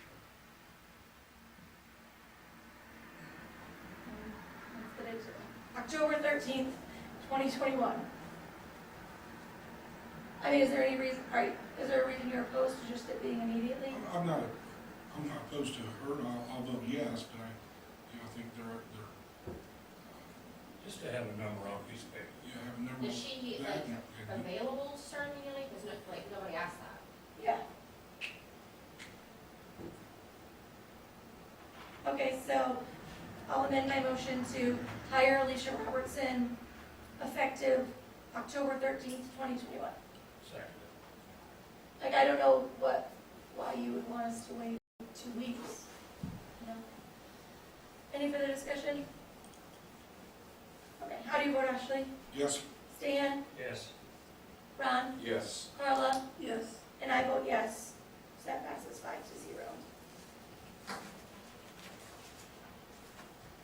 Okay, town hall, the front entrance. You want to explain this one? Well, maybe Stan? Stan, I think Stan's idea. It was good. I just thought the way this, that big, long, concrete step out there, when we was looking out there to put a handrail in, would be a problem. Because the way that it is, we'd have to have a handrail sticking way out, almost to the sidewalk. Well, I kind of thought, well, let's take that big step out and put pavers in, and just a one step, and have a sidewalk coming up to the steps, and then put pavers on each side to enhance the look of the front of town hall. And Ron suggested we could put a couple of benches out there where people could sit, and just kind of, you know, make town hall look a little nicer. Also, it would eliminate a couple of problems. I've been asking you actually about when this wall comes down here and you step over up on the big slab out here. This would make everything one level, so when you come around that corner with a snow blower, with a bobcat, with a cart, babies, whatever, everything from the front edge of this building is flat going out to the state, like downtown, you know, Yeah, everything's you one look level. down in Lafayette, they have put pavers up in some of the sidewalks, and it just, you know, makes the place look a little nicer, you know. And then also too, that could be combined with, we talked before about between the corner of this building and the church down there is like 4 or 5 cast iron Victorian street lights that would, as you come down here, you'd see the front of the town hall, you'd see the walkway, the urns with flowers in, the liars benches or whatever you call them, and then you'd see the cast iron lights that really make this, the whole Christmas banners, because they took out all our poles along here years ago. We used to have poles that we hung the things on. So to fix up this whole area, it'd go all together. This would just be one step and start, we can, you know, build from that. Yeah, I love that idea. yeah, it'd really make it, we have a nice town square here as it is, with the gazebo and landscaping and everything. Really enhance it. We could probably maybe use some of the new monies or something. I was gonna say, maybe some of your TIF monies would be available for something like that. Yeah, Over here? The part I don't, Like, use the TIF money from over there. I mean, we don't have any TIF money, we might not have TIF money yeah, for that's it. not, yeah, you're right, we don't have anything yet, so, but, you know, there are legally some provisions where TIF money can be used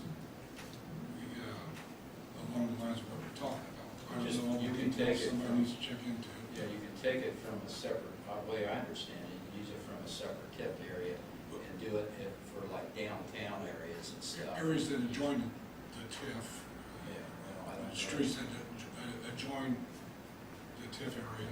Yeah, I don't even, I think it's for downtown storefronts and all that, but also this grant monies we got coming in, the state money, there's probably, I think you can use it for these same things too, so either one, we could.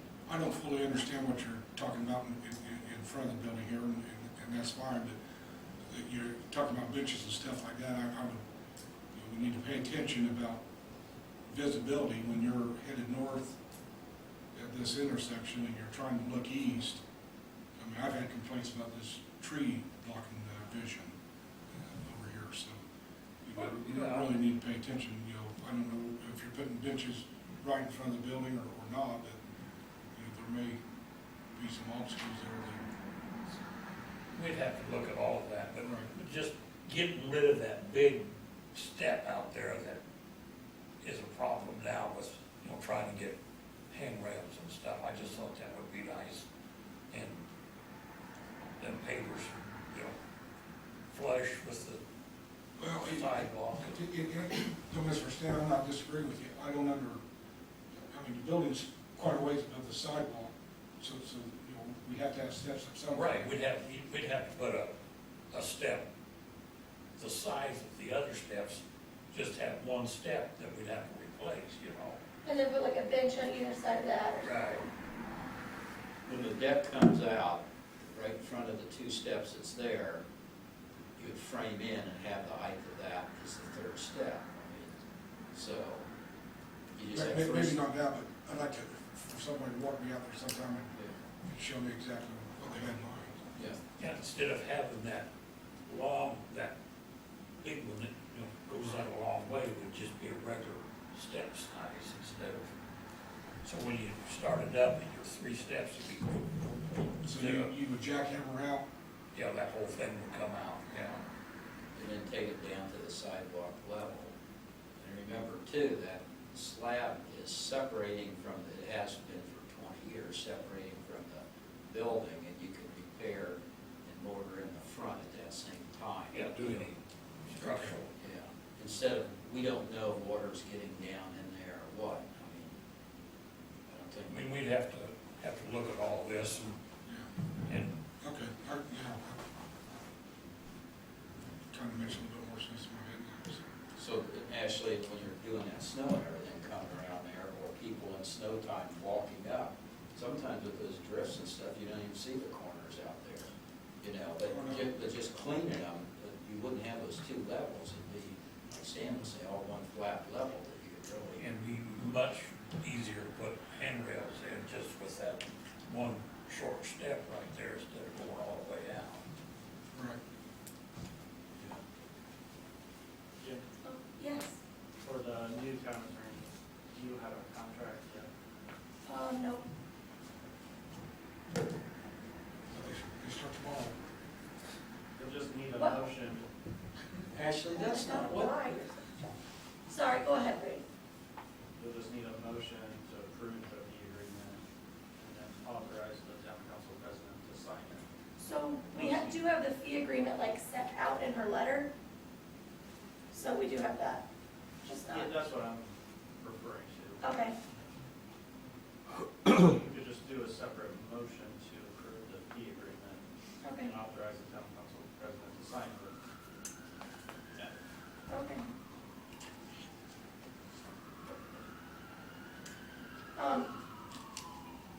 For the town hall front entrance,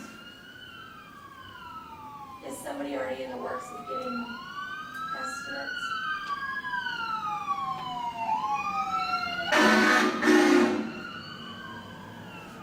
Say that again, Jan. Is somebody getting estimates for this, or for this, up front?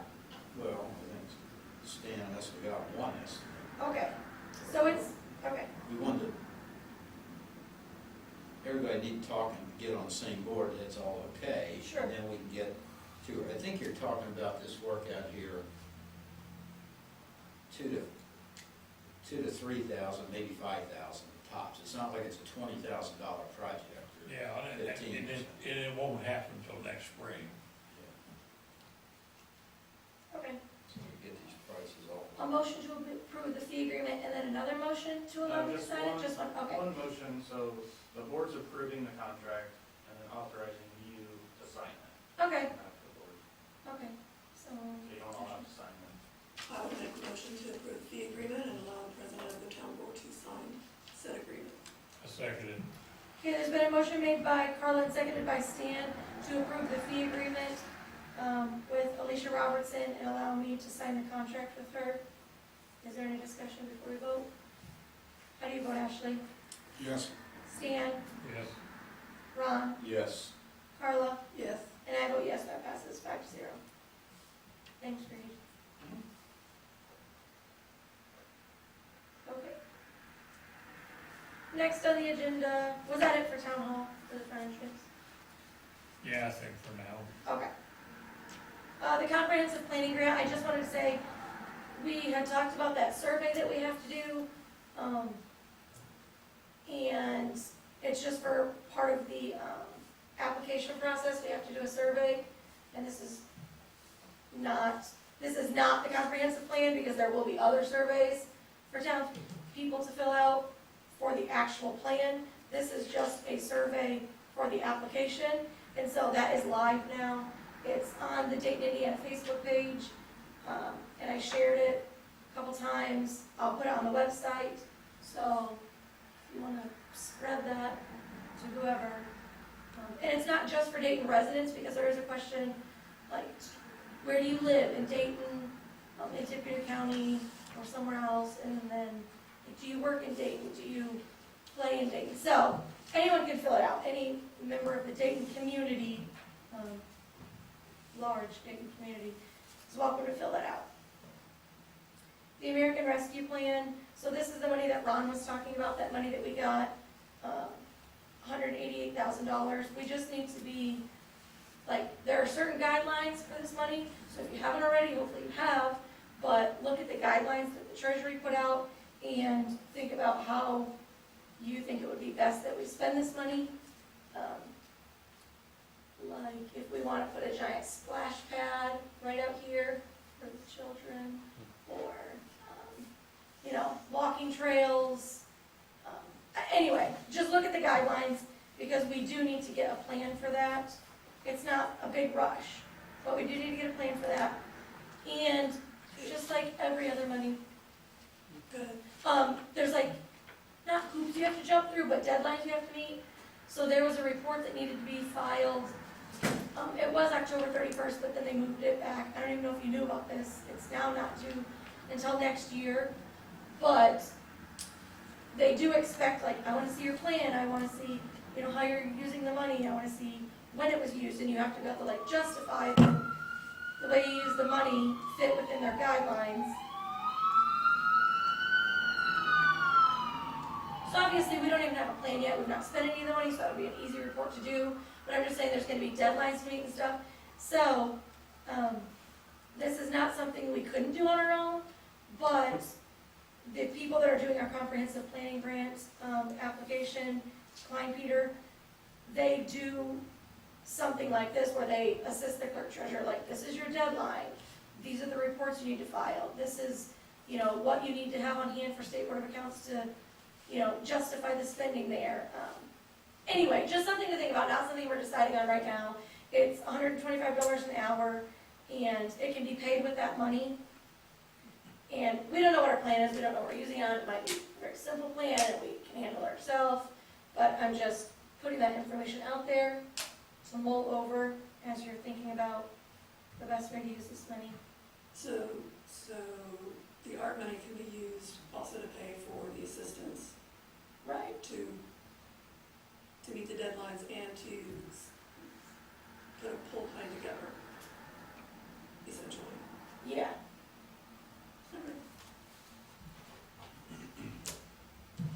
Anything else on that? Okay. Next agenda item is the police, the lobby facelift. So I got a couple more estimates from 2 other places to get the painting done in just that very tiny lobby area. And the first one was from Nate's Handyman Service, and that was $1,240. The next one was from Thayer's, and that was $1,075. And the next one was from Gibson, and that was $1,059.64. And I talked to Scott, and I don't know how you all feel, but we thought maybe just hold off on this right now instead of paying $1,000 to paint this little room. And Ashley kind of said this too when I talked to him, is just wait and get an estimate for the whole thing to get painted inside. Because it all needs painted, except I think Scott did his room 6 years ago, so you'll probably get a lot better price and over the winter when people need work, and instead of piecing every room out Right. at a time, so.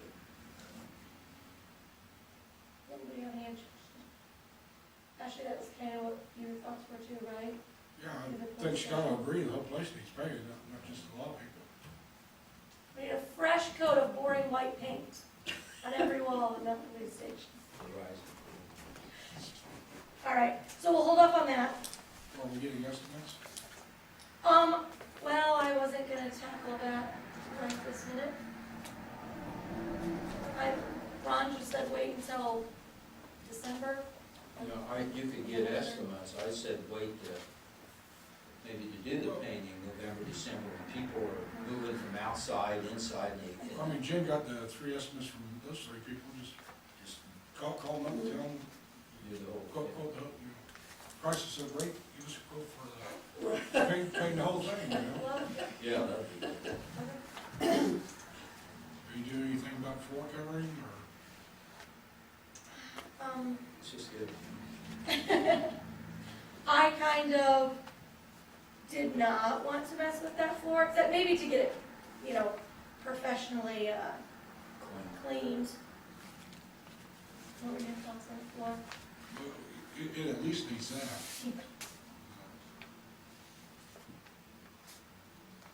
Scott looks at it every day, he knows more about the condition of the floor than I do, but it's probably got some plastic tiles and stuff like that, it probably needs to Well, be redone. That's so funny, Ashley. I called you after the last meeting, we talked about this, and you said, absolutely not. That floor is the most commercial, heavy-duty floor. Anything you put in there is gonna be junk.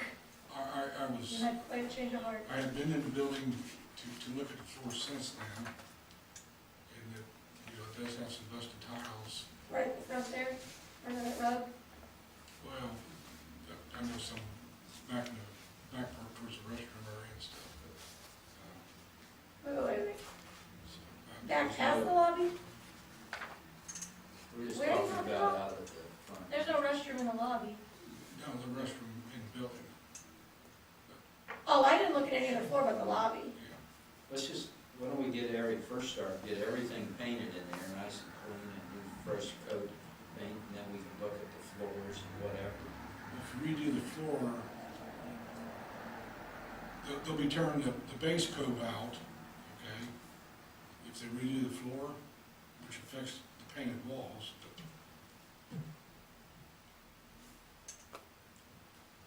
Do you know some floor guys? Do you wanna get Yeah. those estimates? I think you want Are to you do talking about, whatever you want. are you talking No, about? I'm asking, But genuinely, do you wanna get those estimates? I would, on a solid surface floor, I'd get the solid surface floor down before you paint it, that way they can change all the base coat molding also. But Okay. as we take off that coat molding, it'll screw up the paint. So you're talking about replacing the whole floor, not just repairing the broken tiles at the front? I haven't been in there, so I don't know. It's, Enlighten us, Scott. You look at that floor every day, so you know more about it than. All the floor except my office needs replaced. We put new carpet in my office when I first got hired. So I would agree, get a quote for all the walls, and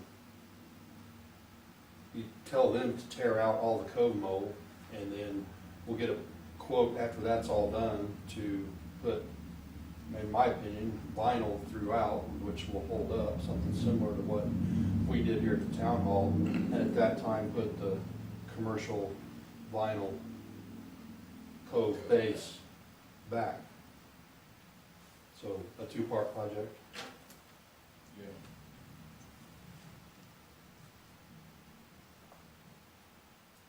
Okay. So I think Jen's question still stands. Do you wanna find the estimates for the flooring? I think you do the whole thing at one time, Well, so, I'm not painters saying, on I'm not saying floors. doing it at the same time or different times. but I I'm think just talking about getting estimates. I misunderstood. I think we ought to replace the floor and paint. And I'm not disagreeing with you.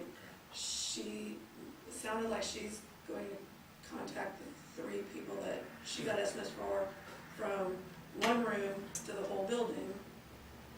So I'm just asking if you were gonna then now contact people and get estimates for the flooring throughout the building, it sounds like. Probably So- two of those companies could probably do all of it. So, Does theirs do floors? Yeah, I would imagine. I don't know if they would do about everything. Yeah. you could check, but it's sort of like in here, carpet land, you had somebody paint the walls, somebody did the floors and the molding. 2 separate organizations did it for whatever reason at that time. Corporate land did it for. Probably because they each specialize in something, you get a better price and a better thing, but you could What check. I'm getting is you don't wanna get any estimates. Oh, I don't care. I mean, I can, you know, get flooring estimates, that's no problem. We got- All right. I'll get the paintings, you get the flooring estimates. okay. Don't get flooring estimates from my 3. I'll get those, if they do it. Deal? I'll give a Scott to figure out what flooring we want in there. That way, you know, product A is what we want them to install, so Good. Okay, we'll find out what that flooring is. thanks. All right, anything else? The allowance docket for September 2021. Hang on, I'll say, Okay. please. Yep. Scott, does the ceiling at the police station still have various color of No. tile, roof tiles, Yes. ceiling tiles? Are they all pretty much white now? Various stages of white. Various stages of white? Yeah. I replaced all the ceiling tile in my office and in the lobby, and just replaced the worst ones in the rest of the office. So it's not the whole thing. Does that bother you? Do- The do- mismatched colors bother Do the you? majority of the lights work still, or? We got some more that need fixed out, replaced out.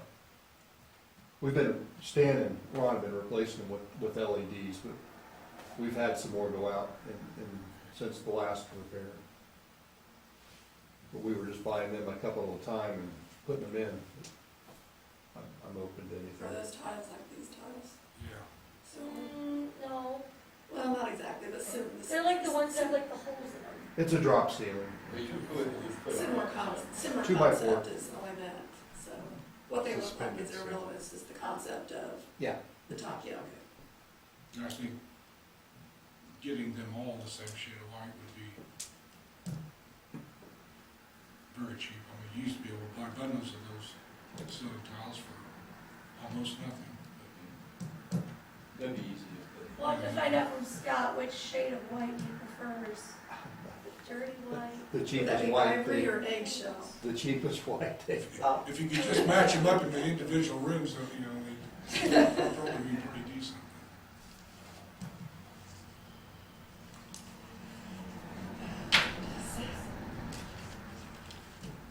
okay. I know nothing about ceiling tiles, so We can get, you on that? Any of those contractors would take care of it too. Okay. It's- A whole new police station for you, Scott. Anything else? All right. The allowance docket, September 2021. I move to approve the allowance docket from September 2021. Second, It's been a motion made by myself and seconded by Carla to approve the allowance docket from September 2021. Is there any discussion? Ashley, how do you vote? Yes, Stan? Yes. Ron? yes. Carla? yes. And I vote yes, that passes 5-0. Everyone's favorite time of the meeting, the claims. There are a couple that were in your Dropbox and actually might have been in your packet printed by Bridget that did not make it on the agenda. Just a couple of them, but we have the time. And you're just doing those via the list that we have. I was just gonna go in alphabetical order. Good. All right, sure. All right, I move to approve BL Anderson invoices. First invoice is I-5627 dated 7/15/21 for $260. And invoice P-10981 dated 9/30/2021 for $25. Second. There's been a motion made by myself and seconded by Carla to approve the BL Anderson invoices. Is there any further discussion before we vote? Okay, this is to approve the BL Anderson invoices in the amount of $285 total. How do you vote, Ashley? Yes. Stan? Yes. Ron? Yes. Carla? Yes. And I vote yes. That's approved 5-0. I move to approve Blue 360 invoice number IN 210708189 dated 8/30/2021 for $84.75. Second. It's been a motion made by myself and seconded by Carla to approve the Blue 360 invoices. Any further discussion? How do you vote, Ashley? Yes. Stan? Yes. Ron? Yes. Carla? Yes. And I vote yes, that's approved. I move to approve the mileage for Bridget Cadwalader, dated 10/1/2021 for 126 miles, which should total $70.56. Second. There's been a motion made by myself and seconded by Carla to approve Bridget's mileage. Is there any discussion? How do you vote, Ashley? Yes. Stan? Yes. Ron? Yes. Carla? Yes. That's approved. I vote yes, that's approved 5-0. I move to approve Church, Kittle, and Antrim invoice number 229530 dated 6/17/21 for $2,530, and invoice 231250 dated 7/26/2021 for $577.50. Second. It's been a motion made by myself and seconded by Carla to approve the CCH invoices for $3,107.50. Is there any discussion? How do you vote, Ashley? No. Stan? Yes. Ron? Yes. Carla? Yes. And I vote yes, so that's approved 4-1. All right, I move to approve Central Square invoice 330961 dated 9/14/21 for $141.02. Second.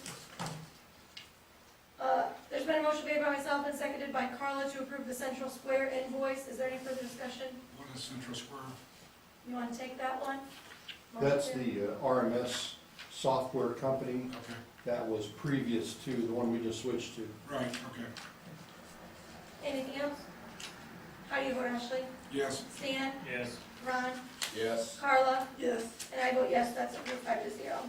I move to approve Crew Car Wash invoice 7448 dated 9/14/2021 for $275. Sorry, second. Then motion made by myself and seconded by Carla to approve the Crew Car Wash invoice for $275. Is there any discussion? How do you vote, Stan? Yes. Ron? Yes. Carla? Yes. I vote yes, and Ashley's abstaining, unable to vote, so that's approved 4-0. The next one is for Dropbox. This is just a yearly invoice. This is where I put all things, and then I send you the link to the Dropbox. So it's invoice HLYWJBC566DB dated 8/14/2021. It's for $119.88. Second. I didn't actually make a motion Oh, because sorry. I was, since it's mine, I didn't feel comfortable. Okay. Is there a motion? I make a motion to pass for Jen's Dropbox. Second. There's been a motion made by myself and, made by Stan and seconded by Carla to approve the $119.88 paid to me, that I paid for Dropbox. Is there any discussion before we vote? How do you vote, Stan? Yes. Ron? Yes. Carla? Yes. And I'll abstain from voting, so that still passes. And Ashley's still unavailable.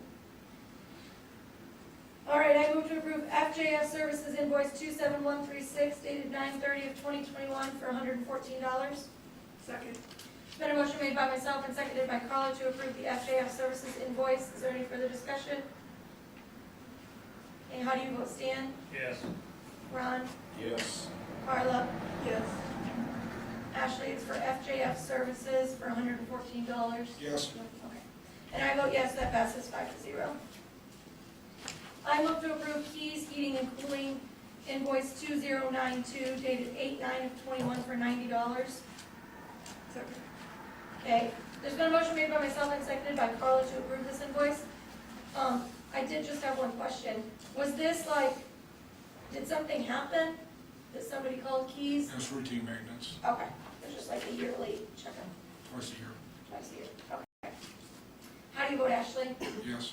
Stan? Yes. Ron? Yes. Carla? Yes. And I vote yes, that's approved 5-0. I move to approve Klein Peter Consulting invoice 595 dated 9/12/21 for $2,500. Second. Then a motion made by myself and seconded by Carla to approve the Klein Peter Consulting invoice. Is there any discussion? How do you vote, Ashley? Yes. Stan? Yes. Ron? Yes. Carla? Yes. And I vote yes, that's approved 5-0.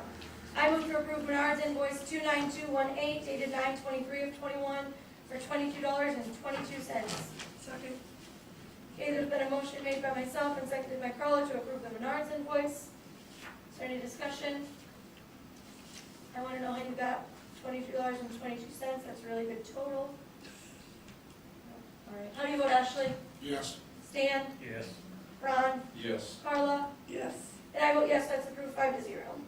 I move to approve Murtaugh Law invoice 876 dated 10/4/2021 for $900. Second. It's been a motion made by myself and seconded by Carla to approve the Murtaugh Law invoice. Is there any further discussion? How do you vote, Ashley? Yes. Stan? Yes. Ron? Yes. Carla? Yes. And I vote yes, that's approved 5-0. I move to approve Positive Promotions invoice 06806312 dated 9/23/2021 for $176.45. Second. Do you want to explain that one, Marshall Taylor? Those are stickers I hand out to the kids. That roll will last me probably a couple of years. Or adults that might want one. Yeah, Right. yeah, anybody. We're just promoting goodwill. Yes, love it. Any further discussion? How do you vote, Ashley? Yes. Stan? Yes. Ron? Yes. Carla? Yes. And I vote yes. Passes 5-0. Okay, this is mine, this postage invoice number 9. It's dated 10/4/21. It's for $69.28.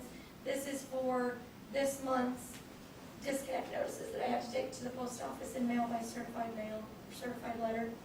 So does somebody want to make a I make a motion to pay the postage Jen had to pay. Second. It's been a motion made by Stan and seconded by Carla to reimburse me for the postage I paid to send the certified letters, the disconnect letters. Is there any discussion? Okay, how do you vote, Ashley? Yes. How do you vote, Stan? Yes. Ron? Yes. Carla? Yes. And I'll abstain from voting, and it still passes 4-0. I move to approve these two utility supply company invoices, 1374644, dated 9/8/21 for $3,500, and invoice 1374204, dated 9/2/21 for $441.36. Second. There's been a motion by myself and seconded by Carla to approve the utility supply company invoices for $3,941.36. Is there any discussion? How do you vote, Ashley? Yes. How do you vote, Stan? Yes. Ron? Yes. Carla? Yes. And I vote yes, that's approved 5-0. And finally, Wildcat Tree Service, I move to approve Wildcat Tree Service invoice 2029 dated 9/10/21 for $550. Second. It's been a motion made by myself and seconded by Carla to approve the Wildcat Tree Service invoice. Is there any discussion? So this invoice is the work that they had to come do over, like by the school, right? To get rid of all those tree limbs for the school buses and other vehicles to get through easily. How do you vote, Ashley? Yes. Stan? Yes. Ron? Yes. Carla? Yes. And I vote yes, that's approved 5-0. Okay. Next are the reports. All right, I move to approve these reports from August 2021. The appropriation report, the bank reconciliation, the fund report, and the revenue report.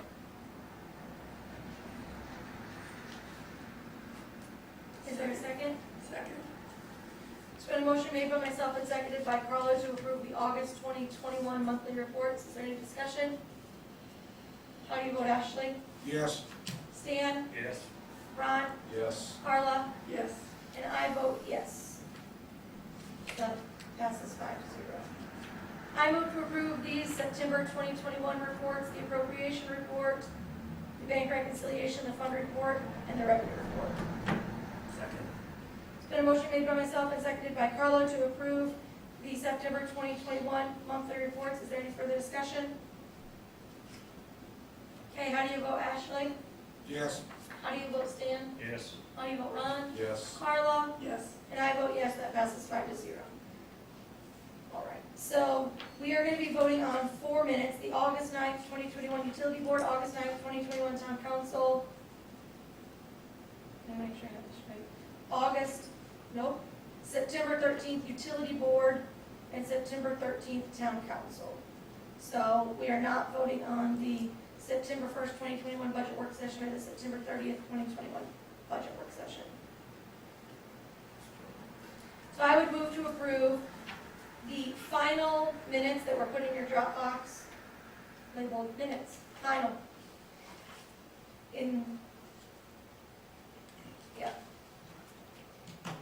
August 9th, 2021 Utility Board, August 9th, 2021 Town Council, September 13th, 2021 Utility Board, September 13th, 2021 Town Council.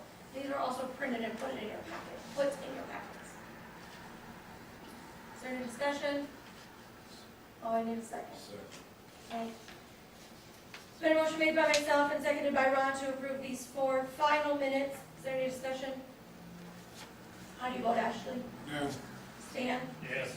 Ron? Yes. Carla? Yes. And I vote yes, so they're approved 4-1. Okay, public comments. No. Council comments. Ashley? We had a roof leak on this building, and a lot of water run down the inside the ladies' restroom and also into the entranceway that goes upstairs. So had folks come out and, got things patched up, and, we'll monitor it during the rains that we've been having and are going to get to make sure they've got a patch. But roof on this building is probably in the neighborhood of 20 years old, 25, somewhere in that neighborhood, so, patches don't hold forever. That may be something that we'll be looking at in the upcoming year or 2 or 3. A side note is the windows upstairs are in pretty poor condition. And, we had one of those fall down here a while back, and, we ended up, screwing it together where it could never be opened again. And, it's visible, you can see where water has seeped in or blown in around those window frames. The window frames are, a few of them are, got some rot on them and that sort of thing, so, that may be something else that we need to take a look at in the upcoming years also. Don't think it needs to happen immediately, it's not a crisis, I don't believe, but, they're starting to show their age. They're made out of wood, they're not vinyl or anything like that, so. There's not even any sill plates under them, are there? No, That I remember, and those really need to, whoever put them in, just throw them in there, like. Yeah, As you see daylight. they're a little bit better than just for looks, Yeah, but not much. they need to be done. Okay. But anyway, we'll be getting a bill next month for roof repairs. Okay. How much was that? I have no idea. Okay. Is that all? That's it. Okay, thanks. Do you have anything? Ron, do you have anything? Yep. One thing, Ashley, while you're upstairs, I hope that sometime, it'd still be nice to have an answer on what you would like to see happen to the upstairs. Remodel it, restore it, leave it as it is, because it's it's just a junky area up there that's been that way for 30 years, and those old records, Michelle, sometime we ought to apply and get rid of a lot of that stuff that's 20, 30 years old. But since there was such a big commotion about it before, we need to, in the next year, decide what to do upstairs. Something we have not, on our 11 acres up there that the farmers, I presume there's a couple of them still there that farm our land. Years ago, it was $100 per acre. And then when I was clerk, we changed it to $200 per acre, but that's been going on quite a few, 8 years or so. I think we ought to make it $300 an acre, because farmland, you're renting it for $350, $400, even $4.25. I think they're getting a good deal, and we need to make it be an extra $1,000 in our pocket. So, but we need to do this. You have to send them a letter saying you're changing it at the 1st of November.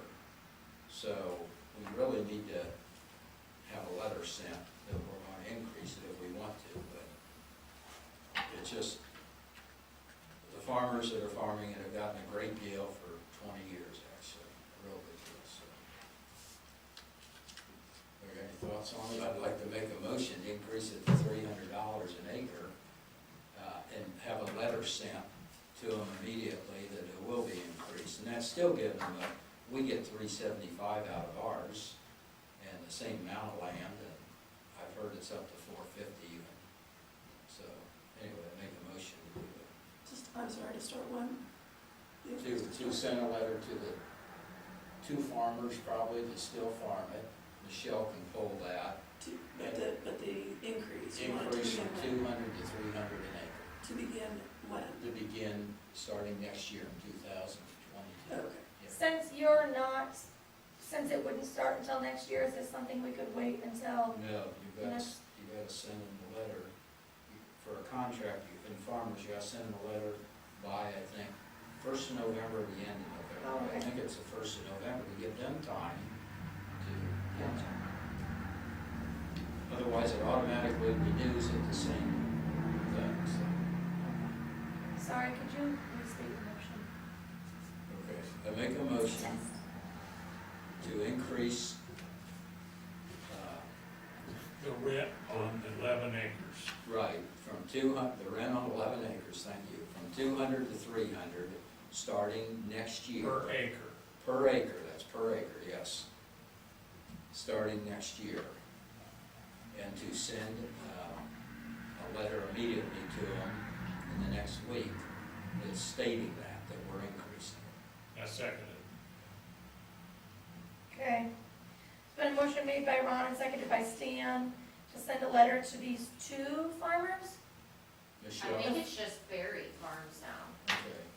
I mean, I'll hold, but I think it's just him. Yeah, could you send us that contract sometime? So to send a letter to the farmer or farmers that farm this 11 acres to let them know that we're increasing the rent on it effective next year. Correct? Yes. Okay, is there any further discussion? How do you vote, Ashley? Yes, Stan? Yes. Ron? Yes. Carla? Yes. And I vote yes, that passes 5-0. And Ashley, when you're getting prices, if you could remember to get those 2 canopies for the back door and the side door, like you mentioned. You know, the ones that match over here, so while we're doing the building and everything. One thing, just real quick, on the back of Baker's Farm, there's another pond back there, just so everybody in this town knows that I just got a call again last night or the night before from the landowner that lives off of Peshua, building that new house. And he's saying again that when it rains, the pond has created a thing where it overflows, or the way it drains, it percolates up in a tube and drains for 200 foot, and it comes on his property. So Mike Smith, I think Mark's been talking to Mike Smith about that problem, and Mike told me today that Vester, that you guys have asked Vester for a runoff report, how much runoff was before the subdivision was started versus today, or versus now. And I walked that area today, and that tube is pretty deep where the water comes up and disperses, except if the pond gets to a certain level, it overflows into this 200-foot long tube, the top of it's all open, and it percolates out there. It seemed to me all along the tube on the outside, it was all underwater. You know, so I don't know how much was there before and how much now. But anyway, this guy has contacted me twice. He talked to Malacus. Malacus said it's not his problem, he can deal with it. So, just so everybody knows, not everything is just a bed of roses out here, you know, so there's a second pond that, so as soon as, you ought to try to keep getting from Vester so we get an answer on that, you know. Oh, I put in a request this week. Okay, good, thank And you. that's the pond The for ba- Baker. For Baker Farm. On the south side. The southeast corner. Okay. But in all fairness, you know, a retention pond, that one or any of them, you know, they're designed to retain water for a period of time.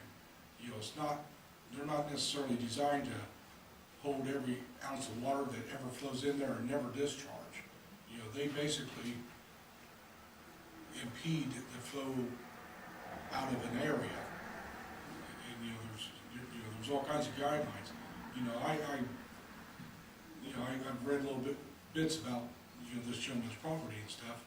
You know, I don't think that property has ever not flooded, okay? You know, it may not flood as bad now because of that retention pond.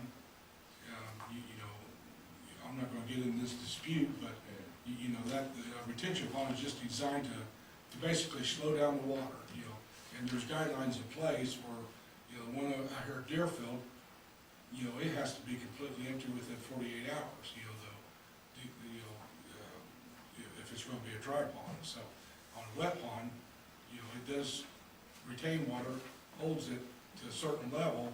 Once it gets above that level, it's gonna discharge. I agree, actually, but in this case, remember, you're doing a subdivision, and all of a sudden, when the houses are 12 foot apart, you have 2/3 of the land use with roof surface up there, and so the water is diverted. That's why they have retention ponds. It's diverted to this corner, that corner, and that southeast one. You also get all the land behind it's higher. You get that swell coming down from the north going south. Ron, I've been to 2 drainage meetings on that. I let you talk, let me finish. And so, what happens is they're funneling all the water that used to be dispersed evenly over those grounds, they're dispersing it into 3 or 4 ponds, 2 of them now, and you can see the front problem. It's not only just the back thing, that there might be, when Vester runs that report, it might show that there's less water running on his property, although he and some of the neighbors on Pescio Drive say it's always had water, but now it's more of a problem. And you know, if you were building a $500,000 house back there, you would worry about it too. But the key is here is they're taking 100 acres or 50 acres of watershed and running them into 3 areas, and they've got to either evaporate, go down in the ground, or when they get up to your corner, go over the hill or into a creek somewhere, whatever. And there's no real creeks over there. There's no good areas that really disperse all this stuff. So it's just something I'm just bringing it up so everybody sees it, that there might be a problem in the future. And maybe investors will eliminate that by saying, hey, you got less watershed, and then it's up to that guy that. But he just calls up and says, can you please do something? You know, I've got property that's 1/3 of it's underwater now. So I'm bringing it up to the boards. The last, I'm sorry. go ahead. I would just like to think that Mr. Malacus would try to think neighborly. You know, maybe it's because of the retention pond, maybe it's not, but I would like to think he would be neighborly and say, let me check into it instead of, it's not my problem. And that bothers me, that attitude. But, you know, and if it's not his, you know, it's not his problem, it's not his problem, you know, but those are gonna be neighbors. I mean, he essentially is their neighbor right now. I found that Mr. Blackus is very neighborly. You know, he's went way above and beyond what he was required to do by law. I made references to attending 2 drainage meetings, and I attended those. One meeting was as a town council member. The other meeting, which he didn't have to do, he invited all the neighbors that had property around that subdivision to attend a drainage meeting. So all the property surrounding, adjoining property owners, you know, knew the plan and what was going on and how things were being designed. And it was being designed, you know, not for a 50-year flood, not for a 100-year flood, but for a 500-year flood. And, you know, they had all the calculations and actually emitting less water than what naturally flowed through that area. So now, you know, are the as-bills the same as what he described? I don't know. You know, Mark may be able to answer that. Mark's, I think, been involved in this. I Well, I think what you're talking I about don't is think the he's total. running away from a problem. I think he's, you know, you have engineers, you hire people to professional services to design things, and you know that. And I wasn't implying that I was running away from it at all. I said, I disagree with the attitude of, it's not my problem. When a gentleman whose home he's trying to build contacts him and it's that attitude. I was just making a statement. I'm not agreeing or disputing anything that you just said. I'm just saying in this, which is a separate issue from this. Yeah. I've never heard him say that it's not his problem. The landowner said he asked Greg Malacus twice, and he said it's not his problem. I also know another homeowner that asked to put a fence along because there'll be 20-some lots, backyards of houses along his entire 40 acres. And Greg Malacus said, I'm not doing it, it's not my problem. And yet there's going to be hundreds of kids on there. You don't have to worry about your land encroachment because you do have 6 acres that Malacus put between the subdivision and your house, so you don't have to worry about it. I think that land was But- already there, that woods was already there. He did Well, not put he any put it woods in there. green space there, and I know. Well, it's a I sold- cliff, I sold you the I mean, what property. else would it be? So anyway, but we do know this, Ashley, we do know this. We've got a problem out on Dayton Road that every time it rains, it's flooding and it's not doing what it's supposed to do. That's And correct. it's actually, people are complaining, it's a dangerous situation.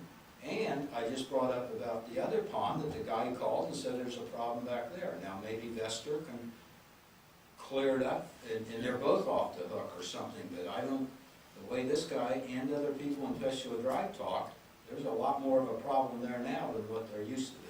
And there probably was somewhat of a problem. So, anyway, the last thing I got is,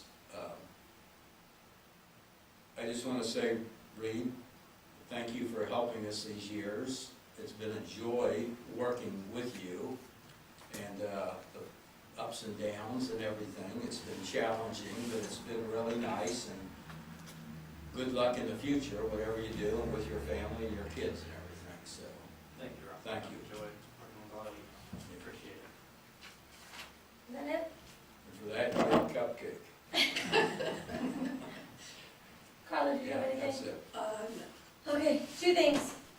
So, on September 29th, Michelle, I emailed you and asked for a signed receipted copy of our latest voting ordinance because I wanted to make sure that it got filed. And you sent me back just our plain copy. And then when we clarified what it was I was looking for, you said, well, I'm gonna take that next week unless you wanna take it. And I said, I'd be glad to take it. I have not received that. It's already Can taken I care of. assume you took it? Yep. Perfect. Would you mind sending me a copy of that? I don't, there's nothing to file. They were already sent to who it needed to be sent to, and I got a receipt that it has been received. Can you send me the receipt that it's been received? As soon as I get the original documents that I asked from the paperwork that you sent to me, or that you filed, I would be more than happy to. The what? I'm sorry, what do you need The from me? resubmitting of that paperwork that we filed for, the rescue plan or whichever one it was, and you're refusing to give me the original documents, you just sent me the email that you scanned, and I'm the records keeper. So once you. You're talking about the American Rescue Plan money. Let's be clear about what this is.